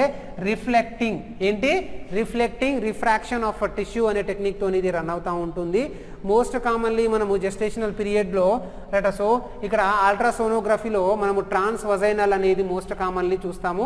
ఈ ట్రాన్స్వజైనల్ వల్ల మనకి ప్లాజెంటల్ అనామలీస్, ఫీటల్ అనామలీస్కి most suitable. Placental anomalies, fetal anomalies. Actually doctors ఏం చేస్తారంటే ఫస్ట్ చెక్ చేసేటప్పుడు ఏం చేస్తారంటే అబ్డామినల్ అల్ట్రాసోనోగ్రఫీయే చేస్తారు. అబ్డామినల్ అల్ట్రాసోనోగ్రఫీ చేసి ఈఫ్ సస్పెక్టింగ్ ఆఫ్ అనామలీస్, ఏదైనా ప్లాజెంటల్ అనామలీస్ లేదంటే ఫీటల్ అనామలీస్ ఉందనుకోండి, బయటికి పోయి రమ్మంటారు. వాష్రూమ్కి వెళ్ళి మళ్ళీ రిటర్న్ రమ్మంటారు. రిటర్న్ రమ్మంటే దాని అర్థం ఏంటి అంటే చెప్పదు.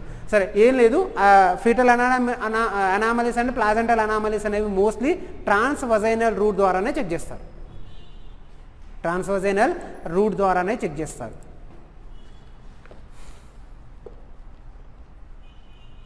రైట్. సో దానివల్ల ఏం తెలుస్తుంది అంటే మనకి అల్ట్రాసోనోగ్రఫీ ద్వారా మనకి మోస్ట్ కామన్గా ఏమేమి తెలుస్తుంది? జెస్టేషనల్ ఏజ్ని క్యాలిక్యులేట్ చేయొచ్చు, ఫీటస్ యొక్క size, shape, placenta, normal placenta, amniotic fluid యొక్క వాల్యూమ్ని డిటెక్ట్ చేయొచ్చు. మళ్ళీ చెప్తున్నాను, ఏమేమి చేయొచ్చు, what are the most commonly చేయొచ్చు మనం ఇక్కడ అమ్మా? ఫస్ట్ జెస్టేషనల్ ఏజ్, అవునా కదా? ఫస్ట్ జెస్టేషన్ ఏజ్ని ఎస్టిమేట్ చేస్తారండి. తను ఎల్ఎంపి మర్చిపోయినా ఏం పర్వాలేదు, ఇక్కడ ఎస్టిమేషన్ ఒకటి ఉంటుంది. Gestational age estimation, fetal development and ఇక్కడ ప్లాజెంటల్ ఫీటల్ అనామలీస్ని స్క్రీన్ చేసేది ఏంటి అంటే sonography. So placental anomalies, fetal anomalies, placental anomalies and ఇంకొకటి ఏంటి అంటే యామ్నియాన్ యొక్క వాల్యూమ్ని ఇక్కడ మనం చెక్ చేయొచ్చు. దేంట్లో అండి? అల్ట్రాసోనోగ్రఫీ ప్రొసీజర్స్లో. అండ్ మోస్ట్ కామన్లీ ఇక్కడ అల్ట్రాసోనోగ్రఫీ ద్వారా మనకి కొన్ని ఏరియాస్ని మనం మెజర్ చేస్తాం. ఆ ఏరియాస్ ఏంటి అంటే మోస్ట్ కామన్ ఏరియా ఏంటంటే బీపీడీ అండి, బైపెరేటల్ డయామీటర్ అంటారు. ఏంటి? బైపెరేటల్ డయామీటర్ ద్వారా యానోసెఫాలీ అంటే తెలుసా అండి మీకు? యానోసెఫాలీ అంటే తెలుసా? సెఫాలిస్. రైట్. సో యానోసెఫాలీ, హైడ్రోసెఫాలిస్ ఇవన్నీ తెలుసా? యానోసెఫాలిస్, హైడ్రోసెఫాలిస్ ఇవన్నిటిని మెజర్ చేయడానికి మనకి మోస్ట్ కామన్ అంటే సెఫాలిక్ మొత్తాన్ని హెడ్ చెక్ చేయాలి కదా. హెడ్ సరిగా ఉందా లేదా అనేది ఏ రీడింగ్ ద్వారా తెలుస్తుంది అంటే మనకి బీపీడీ అండి, బైపెరేటల్ డయామీటర్. ఇది అప్రాక్సిమేట్లీ మనము నార్మల్గా తీసుకున్నప్పుడు ఎంత ఉంటుంది? టర్మ్ టైంలో చూసినట్టయితే 9 సెంటీమీటర్ ఉంటుంది. మీకు చెప్పాను నేను, గుర్తున్నట్టుంది నాకు. బైపెరేటల్ డయామీటర్ అనేది 9 సెంటీమీటర్ ఉంటుంది. ఫ్రాంటల్ డయామీటర్ అనేది 8.5, కొంచెం యాంటమ్ దగ్గరికి వచ్చేసినట్టయితే 7.57 ఉంటుందనేసి చెప్పాను. ఓకే, సరే. ఇది ఎంత ఉంటుందనేది ఇక్కడ కాదు, కానీ ఇక్కడ ఏం చెక్ చేస్తామనేది బైపెరేటల్ డయామీటర్ అనేది మోస్ట్ కామన్లీ సెఫాలిక్ రీజన్స్లో చెక్ చేయడానికి హెల్ప్ అవుతుంది. అబ్డామినల్ సర్కంఫరెన్స్ అనేది ఒకటి డయాగ్నోస్ చేస్తుంది. అబ్డామినల్ సర్కంఫరెన్స్ వల్ల మనకి ఫీటల్ యొక్క న్యూట్రిషనల్ లైఫ్ని అనాలిసిస్ చేయొచ్చు. దేన్ని అనాలిసిస్ చేయొచ్చు? ఫీటల్ యొక్క న్యూట్రిషనల్ లైఫ్ని అనాలిసిస్ చేయొచ్చు. దేనివల్ల? అబ్డామినల్ సర్కంఫరెన్స్ వల్ల. ఆ తర్వాత హెడ్ సర్కంఫరెన్స్ చూస్తాము. దాంతోపాటు ఇంకేం చూస్తాము అంటే ఫిమోరల్ లెంత్ చూస్తాము, ఇంకా చూస్తామంటే ఏంటి అంటే క్రౌన్ ర్యాంప్ లెంత్ కూడా, రైట్. సో సిఆర్ఎల్ని కూడా చూస్తాము. దాంతోపాటు అమ్నియోటిక్ ఫ్లూయిడ్ వాల్యూమ్ని కూడా మనము మోస్ట్ కామన్గా చెక్ చేస్తాము, రైట్. అండ్ ఇక్కడ ఫీటల్ న్యూట్రిషనల్కి బెస్ట్ ఇండికేటర్ ఏంటి? Abdominal circumference. AC is a best nutritional indicator for the fetal nutrient అండి. ఫీటస్ అనేది ప్రాపర్గా న్యూట్రియంట్ తీసుకుంటున్నాడా లేదా అనేది ఎలా తెలుస్తుంది అంటే మనకి abdominal circumference is one of the indicator, right. So అది ఎగ్జామ్ పాయింట్ ఆఫ్ వ్యూలో ఇలాంటి పాయింట్స్ని మీరు గుర్తుపెట్టుకోండి. ఈ ప్రొసీజర్ని అల్ట్రాసోనోగ్రఫీ అంటాము. అల్ట్రాసోనోగ్రఫీలో ఏమేమి టెస్టులు చేయొచ్చు అనేది ఇందాక చూసాము. ఇప్పుడు నెక్స్ట్ ఏం చేయొచ్చు అంటే ఆమ్నియోసింథసిస్ అనేది చేయొచ్చు. ఆమ్నియోసింథసిస్ అనే ప్రొసీజర్ చేయొచ్చు. ఆమ్నియోసింథసిస్ అంటే ఏంటి? మోస్ట్ కామన్లీ యామ్నియాన్ అండి. ఏంటి? యామ్నియాన్. సో యామ్నియోసింథసిస్లో యామ్నియాన్లో మనం ప్రాపబుల్గా చెక్ చేస్తున్నప్పుడు ఇక్కడ ఏం చేయొచ్చు అంటే యామ్నియోసింథసిస్ అనే ప్రొసీజర్ని లాస్ట్ టైం మీకు చెప్పాను నేను. 14 నుంచి 16th వీక్ ఆఫ్ జెస్టేషన్లో, ఏ జెస్టేషన్? 14th నుంచి 16th వీక్ ఆఫ్ జెస్టేషన్లో మనము యామ్నియోసింథసిస్ అనే ప్రొసీజర్ని చేయొచ్చు, రైట్. సో ఎర్లీ యామ్నియోసింథసిస్ ఒకవేళ చేయాల్సి వస్తే మాత్రం అది ఏంటి అంటే 12 to 14.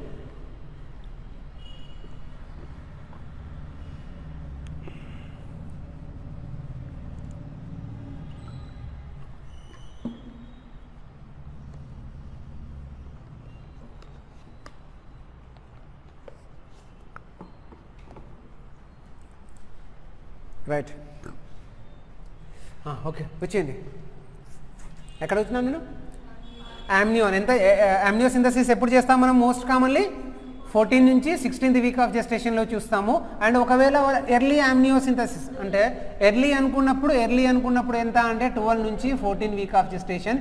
దీన్ని ఎర్లీ యామ్నియోసింథసిస్ అంటాం. ఎర్లీ యామ్నియోసింథసిస్ మీరు గుర్తుపెట్టుకోవాల్సింది మాత్రం నార్మల్ యామ్నియోసింథసిస్ 14 నుంచి 16 వీక్ ఆఫ్ జెస్టేషన్. యామ్నియోసింథసిస్ వల్ల మనకి ఏం తెలుస్తుంది అంటే ఆ అమ్నియోటిక్ ఫ్లూయిడ్ నుంచి క్రోమోజోమల్ అబ్నార్మాలిటీని డిటెక్ట్ చేయొచ్చు.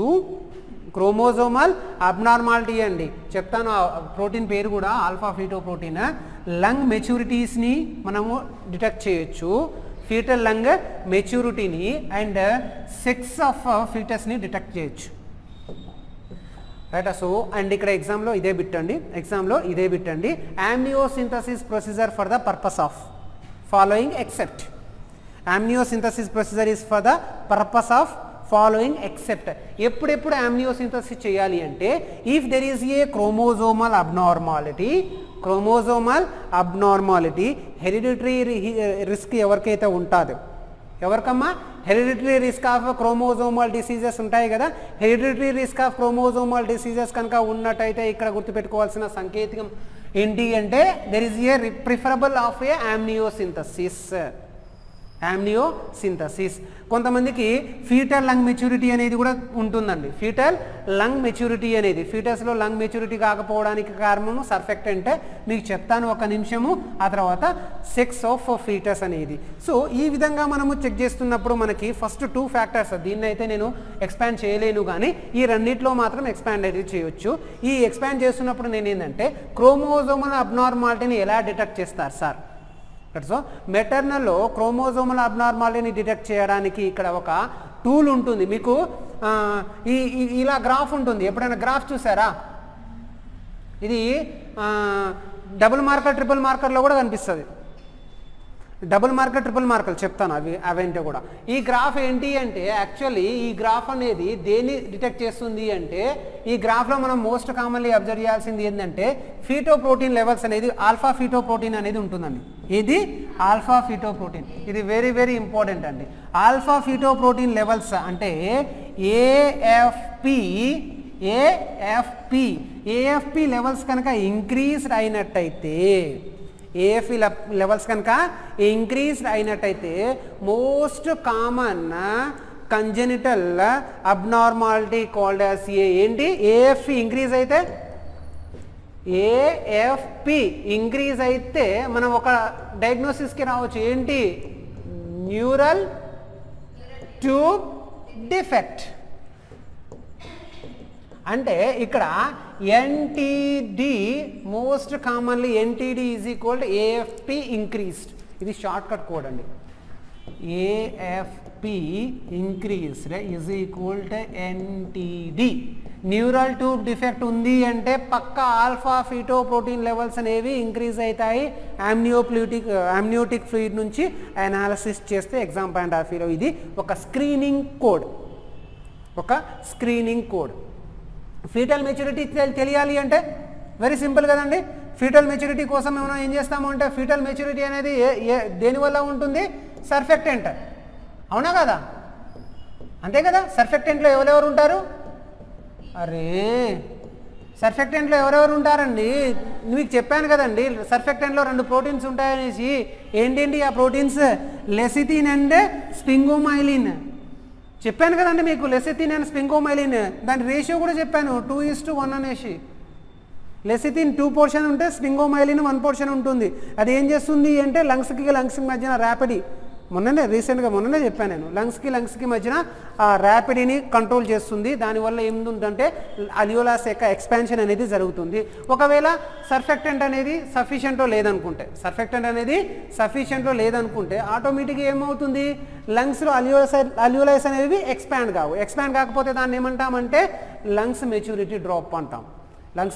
అనేవి డ్రాప్. సో లంగ్స్ మెచ్యూరిటీని కోడింగ్ చేసే ఆ టెస్ట్ పేరు ఏంటి అంటే మోస్ట్ కామన్లీ ఇక్కడ లెసిథిన్ అండ్ స్పింగోమైలిన్ యొక్క రేషియో <2 ఇండికేట్ చేస్తే. ఎంత ఇండికేట్ చేయాలండి? <2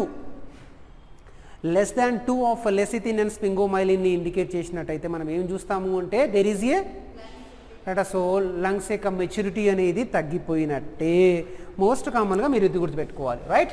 అండ్ ఇక్కడ ఇంకొకటి కూడా ఉంటుంది. ఇంకొకటి ఏముంటుంది అంటే ఇక్కడ ఇంకొక అబ్నార్మాలిటీని చూడొచ్చు మనం. ఏంటి అంటే డౌన్ సిండ్రోమ్ అండి. ఏ సిండ్రోము? Down syndrome. సో ఈ డౌన్ సిండ్రోమ్స్ని మనం మోస్ట్ కామన్గా ఇప్పుడు స్క్రీనింగ్ చేస్తున్నప్పుడు మనకి ఇక్కడ గుర్తుపెట్టుకోవాల్సిన ప్రోటీన్ ఏంటంటే ఇన్హిబిన్. ఏంటండి? Inhibin protein. ఇన్హిబిన్ అనే ప్రోటీన్, ఆల్రెడీ ఇన్హిబిన్ చెప్పాను కదా ఇందాకనే మీకు, రైట్? ఇన్హిబిన్ అనే ప్రోటీన్ మనం మోస్ట్ ప్రాబబ్లీ ఇన్హిబిన్ లెవెల్స్ కనుక ఇంక్రీజ్ అయితే ఇక్కడ ఏమవుతుంది అంటే డౌన్ సిండ్రోమ్ అనేది వస్తుంది. ఎగ్జామ్ పాయింట్ ఆఫ్ వ్యూ ఇది గుర్తుపెట్టుకోండి. Increased level of inhibin A, right? So inhibin అనేది దేన్ని కంట్రోల్ చేయడానికి వస్తుందంటే ప్రొజెస్టిరాన్ అండి. ఇందాక మీకు చెప్పాను, ప్రొజెస్టిరాన్ని కంట్రోల్ చేయడానికి ఇన్హిబిన్ వస్తాడు. సరే, అది పక్కకు పెడితే ఇన్హిబిన్ ఏ అనేది ఇంక్రీజ్ అవుతా ఉంది అనుకోండి, దెర్ ఈజ్ ఏ సిండ్రోమ్ అండి? Down syndrome. ఏ సిండ్రోము?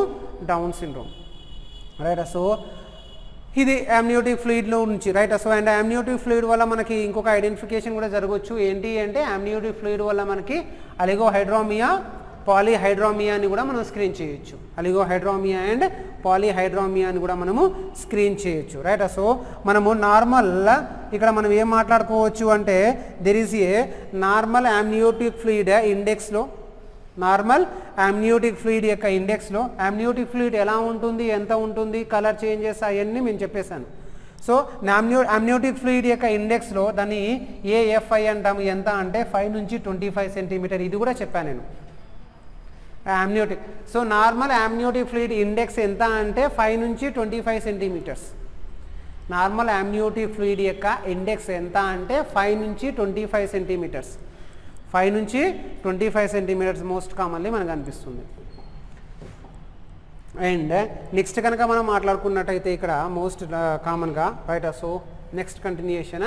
నెక్స్ట్ ఏంటి అంటే chorionic villus sampling. Chorionic villus sampling దగ్గరకు వచ్చేసినట్టయితే ఇక్కడ మనకి ఏం కనిపిస్తుంది అంటే, రైట్? సో కొరియానిక్ విలస్ అంటే తెలుసు కదండి, ప్లాజెంటల్ నుంచి అమ్లికస్.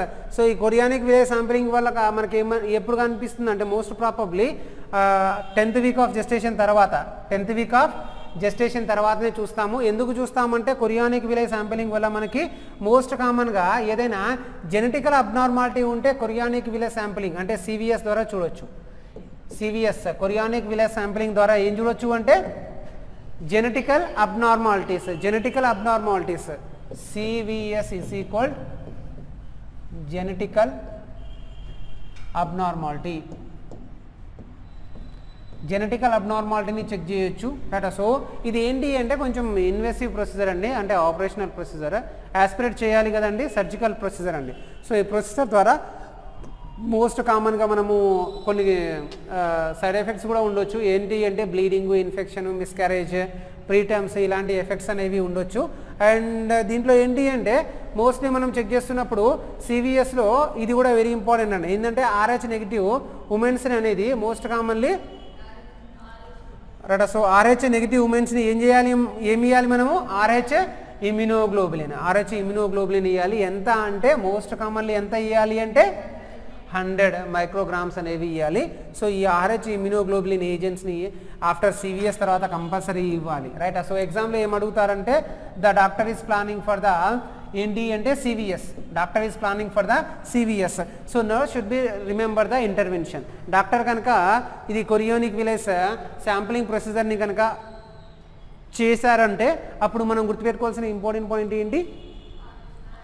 ఏంటండి రైట్. సో RH ఇమ్యునోగ్లోబులిన్ని సివిఎస్ అయిపోయిన తర్వాత అడ్మినిస్ట్రేషన్ చేయాలి రైట్. సో అండ్ ఇది ఏంటి అంటే మనకి ఫీటస్ అనేది ప్లాజెంటల్లో ఏదైనా ఇంజురీస్ ఉన్నాయనుకోండి, ఫీటల్ ప్లాజెంటల్ ఇంజురీ ఉంటే ఈ ప్రొసీజర్ని మనం చెయ్యమండి.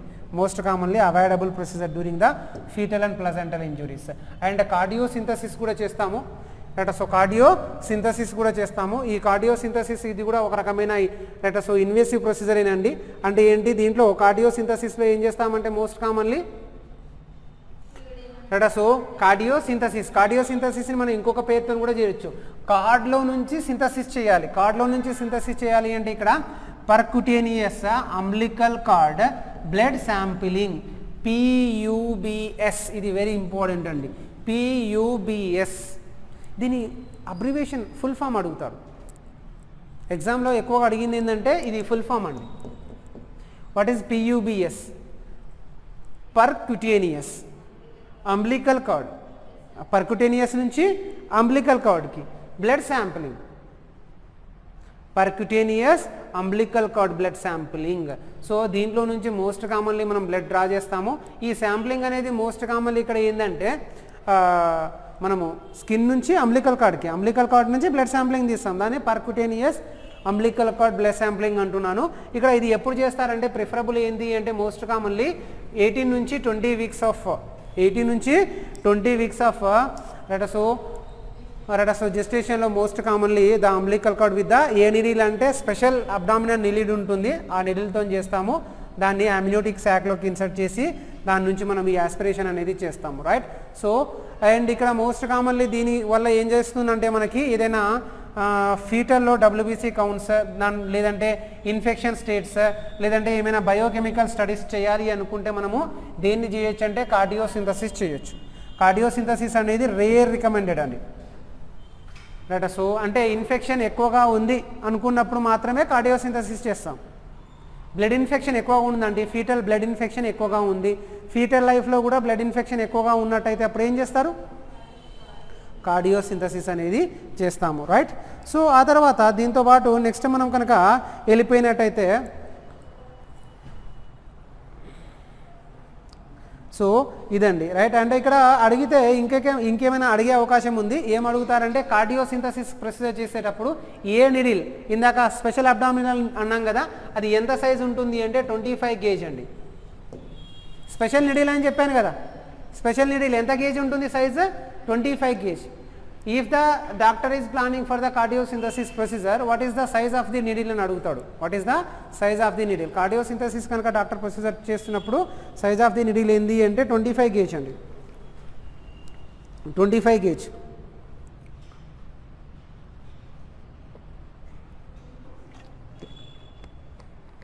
ఇక్కడ బ్లడ్ కూడా కేజీలు ఏం లేదు, జస్ట్ కొంచెమే.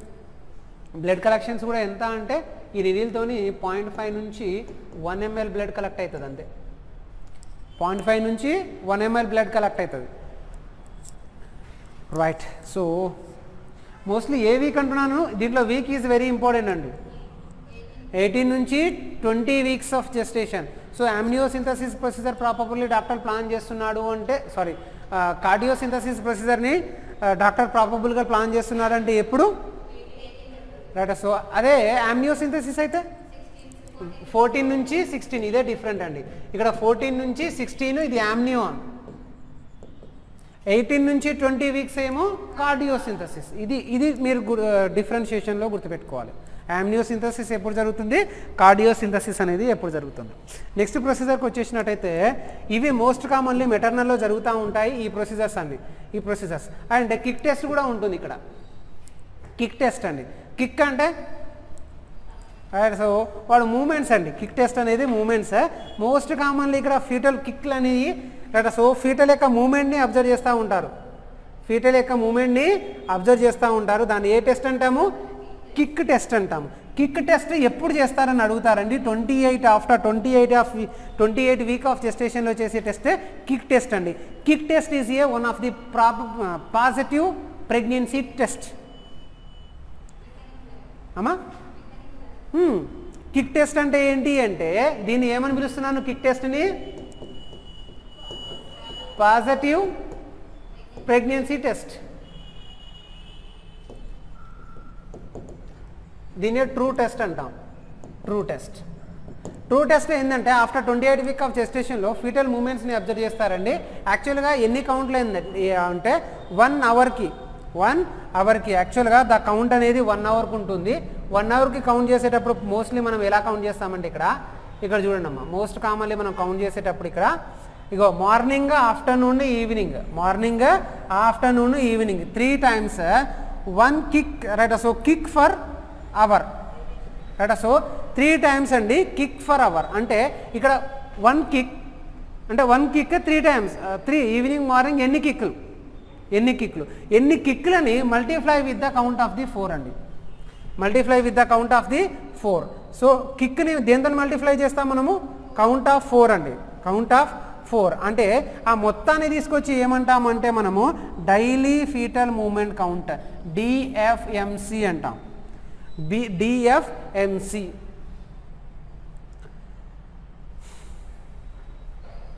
రైట్. సో డిఎస్ఎంసి. సో మినిమం ఇక్కడ డిఎస్ఎంసిలో మనము ఏం చెక్ చేస్తామంటే ఒకవేళ ఫీటల్ కౌంట్ కనుక డిఎస్ఎంటీలో ఒకవేళ ఫీటల్ కౌంట్ కనుక యాక్చువల్లీ 3 per hour 3 కౌంట్ కంటే తగ్గకూడదు. అర్థమైంది? ఎన్ని కౌంట్ల కంటే తగ్గకూడదు పర్ అవర్ 3 కౌంట్స్. అంటే ఏంటి అంటే 3 less than 3 కౌంట్స్ తగ్గాయి అనుకోండి. ఎన్ని less than 3 counts. So less than 3 counts తగ్గాయి అనుకోండి, ఆటోమేటిక్గా ఫీటల్ డిస్ట్రెస్ ఉన్నట్టే అక్కడ. అవునా కదా? పర్ అవర్కి ఎన్ని less than 3 counts. less than 3 counts each hour, లేదా టోటల్గా మనం కౌంట్ చేస్తున్నప్పుడు at least so below 10 in 12 hours. 10 in 12 hours. ఏమ్మా ఫస్ట్ ఏం చెప్తున్నా నేను, less than 3 counts per hour, లేదా 10 కౌంట్స్ ఉండాలి. ఎంతసేపులో? 12 అవర్స్లో. 12 అవర్స్లో లేదు అనుకోండి, దీనికంటే మోర్ దాన్ ఎంత ఉండాలంటే మోర్ దాన్ 3 per hour ఉండాలి. మోర్ దాన్ 10 కౌంట్స్ పర్ 12 అవర్స్లో ఉండాలి. లేదు అనుకోండి, ఒకవేళ లెస్ దాన్ 3 కౌంట్స్ లేదంటే 10 కౌంట్స్ కంటే తక్కువ పర్ 12 అవర్లో ఉంటే అదేంటంటే ఫీటల్ డిస్ట్రెస్, లేదంటే ఫీటల్ కంప్రెషన్ అనొచ్చు. ఫీటల్ కంప్రెషన్ ఎలా డయాగ్నోస్ చేస్తాము అంటే less than 3 counts per hour. Count అనేది ఎక్కువ ఉంటే నార్మల్ అండి, 3 కంటే తగ్గాయి అనుకోండి ఫీటల్ డిస్ట్రెస్ ఉన్నట్టే. ఆ టెస్ట్ని ఏమంటాము? Kick test. ఏ test? Kick test. Nurse is planning to assist the risk of the fetal distress.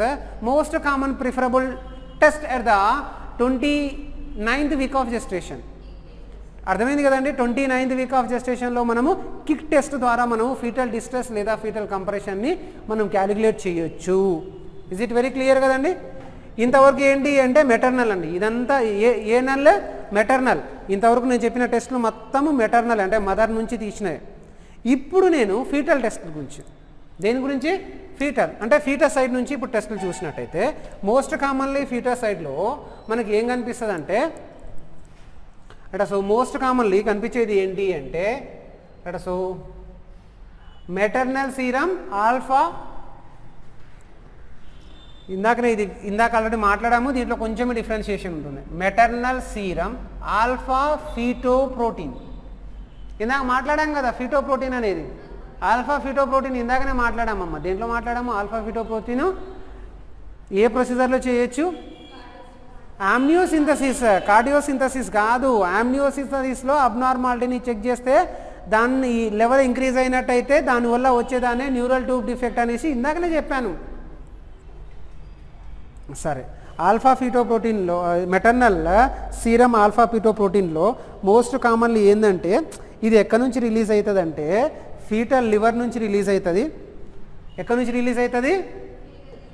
Foetal liver నుంచి అండి. అందుకని ఇది ఏ టెస్ట్ అంటున్నాను నేను? ఫీటల్ టెస్ట్ అంటున్నాను. ఫీటల్ లివర్, లేదంటే ఆ యార్క్ శాక్ ఉంది కదండి, యార్క్ శాక్, ఆ యార్క్ శాక్ నుంచి రిలీజ్ అవుతుంది.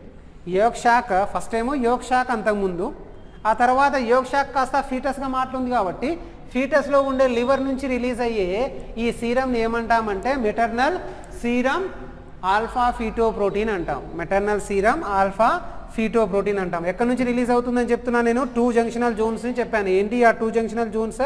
One is called as a right. So దీన్ని మనము రైట్ సో ఏమని పిలుస్తున్నామంటే మోస్ట్ కామన్లీ దీని ఏ ఆంకోఫీటల్ ప్రోటీన్ అంటున్నాను. ఏంటి? ఆంకోఫీటల్ ప్రోటీన్. ఎక్కడి నుంచి? యార్క్ శాఖ, ఆ తర్వాత ఫీటల్ లివర్ నుంచి రిలీజ్ అవుతూ ఉంటుంది.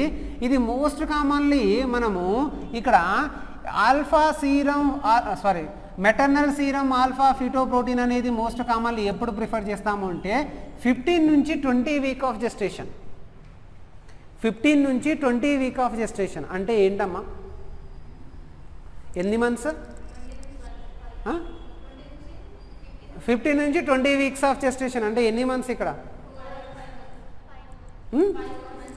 Right. So 4 to 5 months, in between 4 to 5 months. ఈ 4 to 5 monthsలో చాలా మందిలో ఈ టెస్ట్ అనేది ప్రిఫర్ చేస్తారు. రైట్. సో అదేంటి అంటే మెటర్నల్ సీరం ఆల్ఫా ఫీటోప్రోటీన్. దీని ద్వారా మనము మోస్ట్ కామన్లీ నార్మల్గా మెటర్నల్ సీరం ఆల్ఫా ఫీటోప్రోటీన్ ఎంత ఉంటుంది అంటే 2.5 అండి. ఏంటి? 2.5. రైట్. సో దాన్ని మల్టిప్లైడ్ విత్ ద మీడియల్ నుంచి మల్టిప్లై చేస్తారు. ఆ టెక్నిక్ని ఏమంటామంటే MOM టెక్నిక్ అంటాం. MON టెక్నిక్ అంటాం. ఒకవేళ ఆల్ఫా ఫీటోప్రోటీన్ లెవెల్స్ కనుక పెరిగాయి అనుకోండి, ఇందాక నేను చెప్పాను కదా ఏమొస్తుంది? ఆల్ఫా ఫీటోప్రోటీన్ AFP పెరిగితే ఏమొస్తుంది? న్యూరల్ ట్యూబ్ డిఫెక్ట్ వస్తుంది.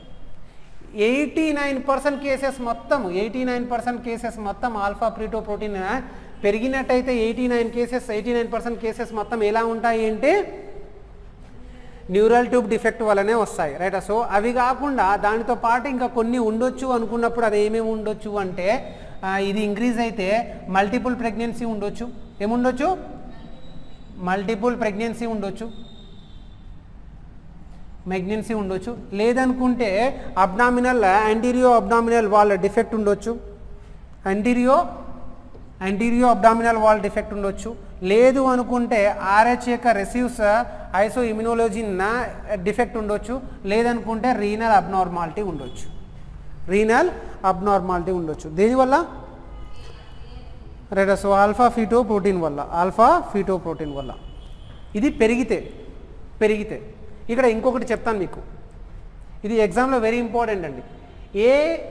AFP పెరిగితే ఏముండొచ్చు అంటే న్యూరల్ ట్యూబ్ డిఫెక్ట్ ఉండొచ్చు, మల్టిపుల్ ప్రెగ్నెన్సీ ఉండొచ్చు, abdominal right antero abdominal wall యొక్క డిఫెక్ట్ ఉండొచ్చు, లేదంటే RH ఐసోజోమల్ ఉండొచ్చు, రీనల్ అనామలీస్ ఉండొచ్చు. పెరిగితే ఇక్కడ ఇంకోటి వెరీ ఇంపార్టెంట్, ఆల్ఫా ఫీటోప్రోటీన్ కనుక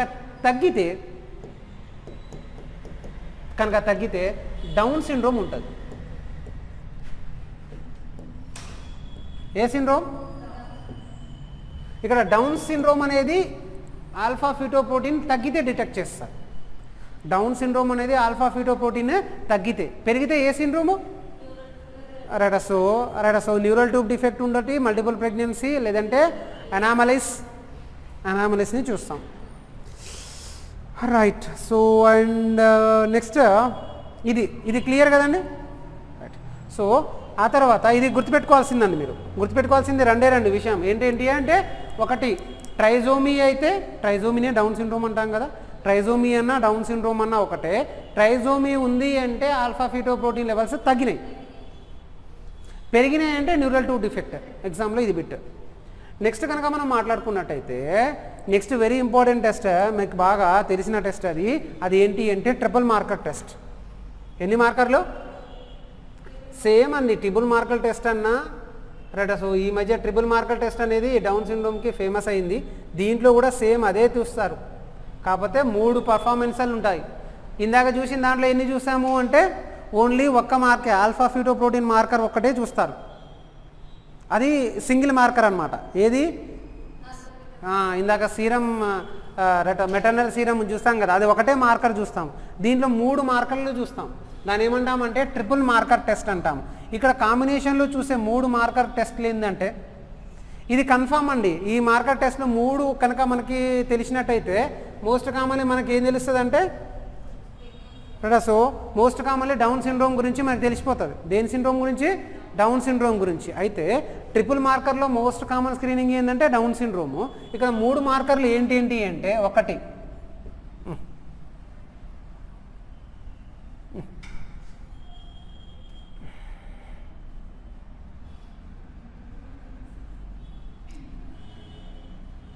ఇక్కడ 3 మార్కర్లు ఏంటి అంటే ఒకటి ఆల్ఫా ఫీటోప్రోటీన్. ఆల్ఫా ఫీటోప్రోటీన్ అనేది ఒక మార్కర్. ఇంకొకటి ఏంటి అంటే సెకండ్ మార్కర్, ఇది ఫస్ట్ మార్కర్. ఇక్కడ సెకండ్ మార్కర్ ఏంటి అంటే హెచ్సిజి. ఇక్కడ థర్డ్ మార్కర్ కూడా ఉంటుంది, అదేంటంటే అన్కాంజుగేటెడ్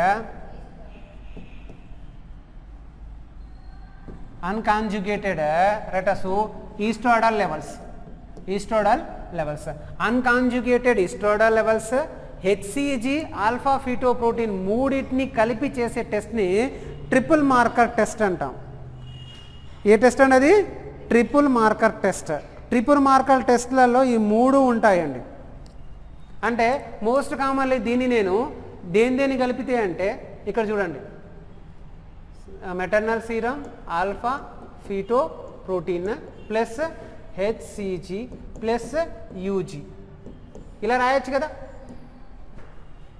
ట్రిపుల్ మార్కర్లో ఎన్ని మార్కర్లు ఉన్నాయంటే ఇగో ఇవి ఉన్నాయి. ఏంటేంటి?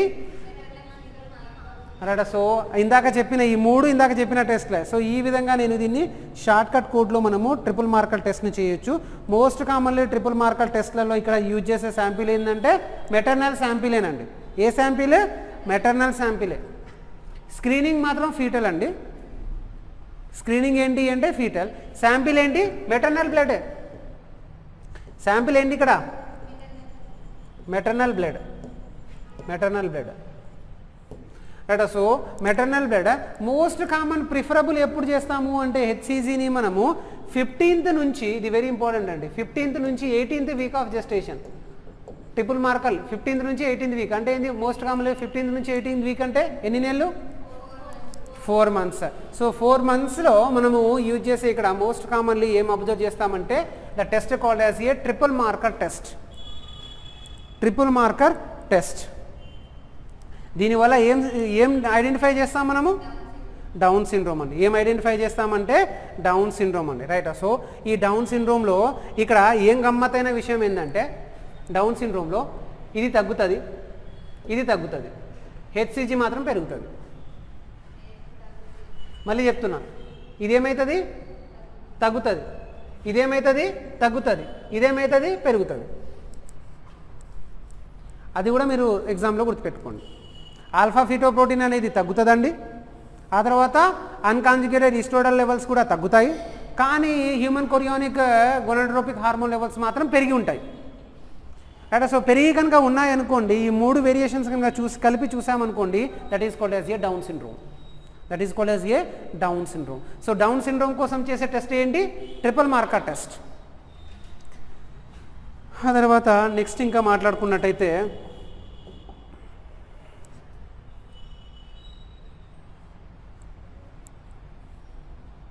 రైట్. సో ఇక్కడ ఒకవేళ మనము దీన్ని క్వాడ్రపుల్ టెస్ట్ అని కూడా అనొచ్చు.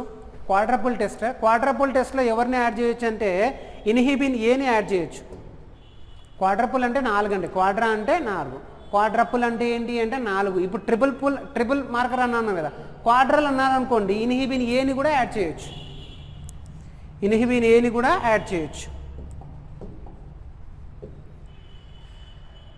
రైట్. సో ఇక్కడ ఇన్హిబిన్ దగ్గరకు వచ్చేయండి. నెక్స్ట్ దేనికి వచ్చేస్తాము, ఇన్హిబిన్ ఏ ఇందాక చెప్పాను కదా మీకు ఇన్హిబిన్ ఏ గురించి రైట్. సో ఇక్కడ ఇన్హిబిన్ దగ్గరకు వచ్చేసినట్టయితే మోస్ట్లీ కామన్లీ మనకి ఇన్హిబిన్ అనేది రైట్. సో ఈ ఇన్హిబిన్ ఏ అనేది మోస్ట్ కామన్లీ హార్మోన్ని సెక్రేట్ చేస్తుందండి కార్పస్ లూటియం నుంచి. సో ఫీమేల్స్లో corpus luteal hormone called as progesterone right. So అయితే మోస్ట్ కామన్లీ ఇక్కడ ఇన్హిబిన్ అనేది దేన్ని రిలీజ్ చేస్తుంది అంటే కార్పస్ లుటియం నుంచి హార్మోన్ రిలీజ్ చేస్తుంది ఫీమేల్లో. మేల్లో అయితే మాత్రం టెస్టికల్ నుంచి రిలీజ్ అవుతుంది. ఇన్హిబిన్ అనేది ఎక్కడి నుంచి రిలీజ్ అవుతుంది, కార్పస్ లుటియం. ఎక్కడి నుంచి, కార్పస్ లుటియం. అదే మేల్లో అయితే టెస్టికల్స్ నుంచి రిలీజ్ అవుతుందండి ఇన్హిబిన్ అనేది. Inhibin A from the female releasing from the corpus luteum, from the male releasing from the testicles. So testicles నుంచి రిలీజ్ అవుతుంది. ఈ విధంగా రిలీజ్ అయిన సీరం ఇన్హిబిన్ లెవెల్స్ని కనుక ఇంక్రీజ్డ్లో చూసినట్టయితే పెరిగినాయి అనుకోండి ఇన్హిబిన్ లెవెల్స్, అదేంటంటే డౌన్ సిండ్రోమ్. ఇందాక చెప్పాను కదా డౌన్ సిండ్రోమ్లో ఇది కూడా చూసినట్టయితే దీన్ని ఏమంటామంటే క్వాడ్రపుల్ అంటాం. సో దీంట్లో ఎస్టైల్ కొలైన్ లెవెల్స్, ఈస్టర్ లెవెల్స్ కూడా పెరుగుతూ ఉండడం చూస్తాం మనము మోస్ట్ కామన్లీ.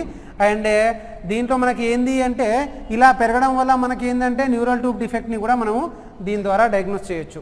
ఆ న్యూరల్ ట్యూబ్ డిఫెక్ట్ ఏంటంటే open neural tube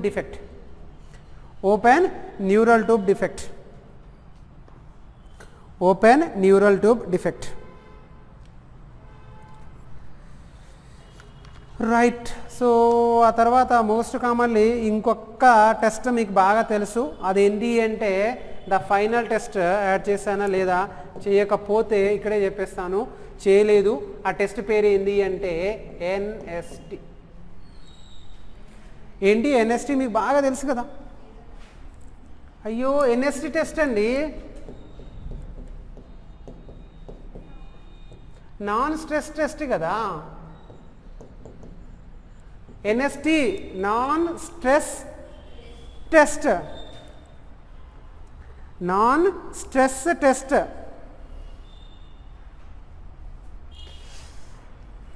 NST test అనేది చాలా మందిలో చేస్తారు కదండి. ఎన్ఎస్టి టెస్ట్లో మోస్ట్ ఇంపార్టెంట్ ఏంటి అంటే దీన్ని ఎన్ఎస్టి అనేది నాన్ స్ట్రెస్ టెస్ట్ చేస్తారు కదా. నాన్ స్ట్రెస్ టెస్ట్ అనేది ఎందుకు చేస్తారంటే ప్లాజెంటా యొక్క ఫంక్షన్ అండి, ప్లాజెంటా ఫంక్షన్ని మనము రీడ్ చేయడానికి, ప్లాజెంటల్ యొక్క నార్మల్ ఫంక్షన్ని మనం రీడ్ చేయడానికి చేసే టెస్ట్ పేరు ఏంటి అంటే non stress test. Placenta function అండి. అంటే ఏంటి అంటే ప్లాజెంటా ఎలా పనిచేస్తుంది, దాంట్లో న్యూట్రిషనల్ సప్లైస్ ఎలా ఉన్నాయి, ఆక్సిజన్ లెవెల్స్లో ప్లాజెంటా ఎలా మెయింటైన్ చేస్తుంది అని చెక్ చేసుకోవడానికి మనం చేసే టెస్ట్ ఏంటంటే నాన్ స్ట్రెస్ టెస్ట్.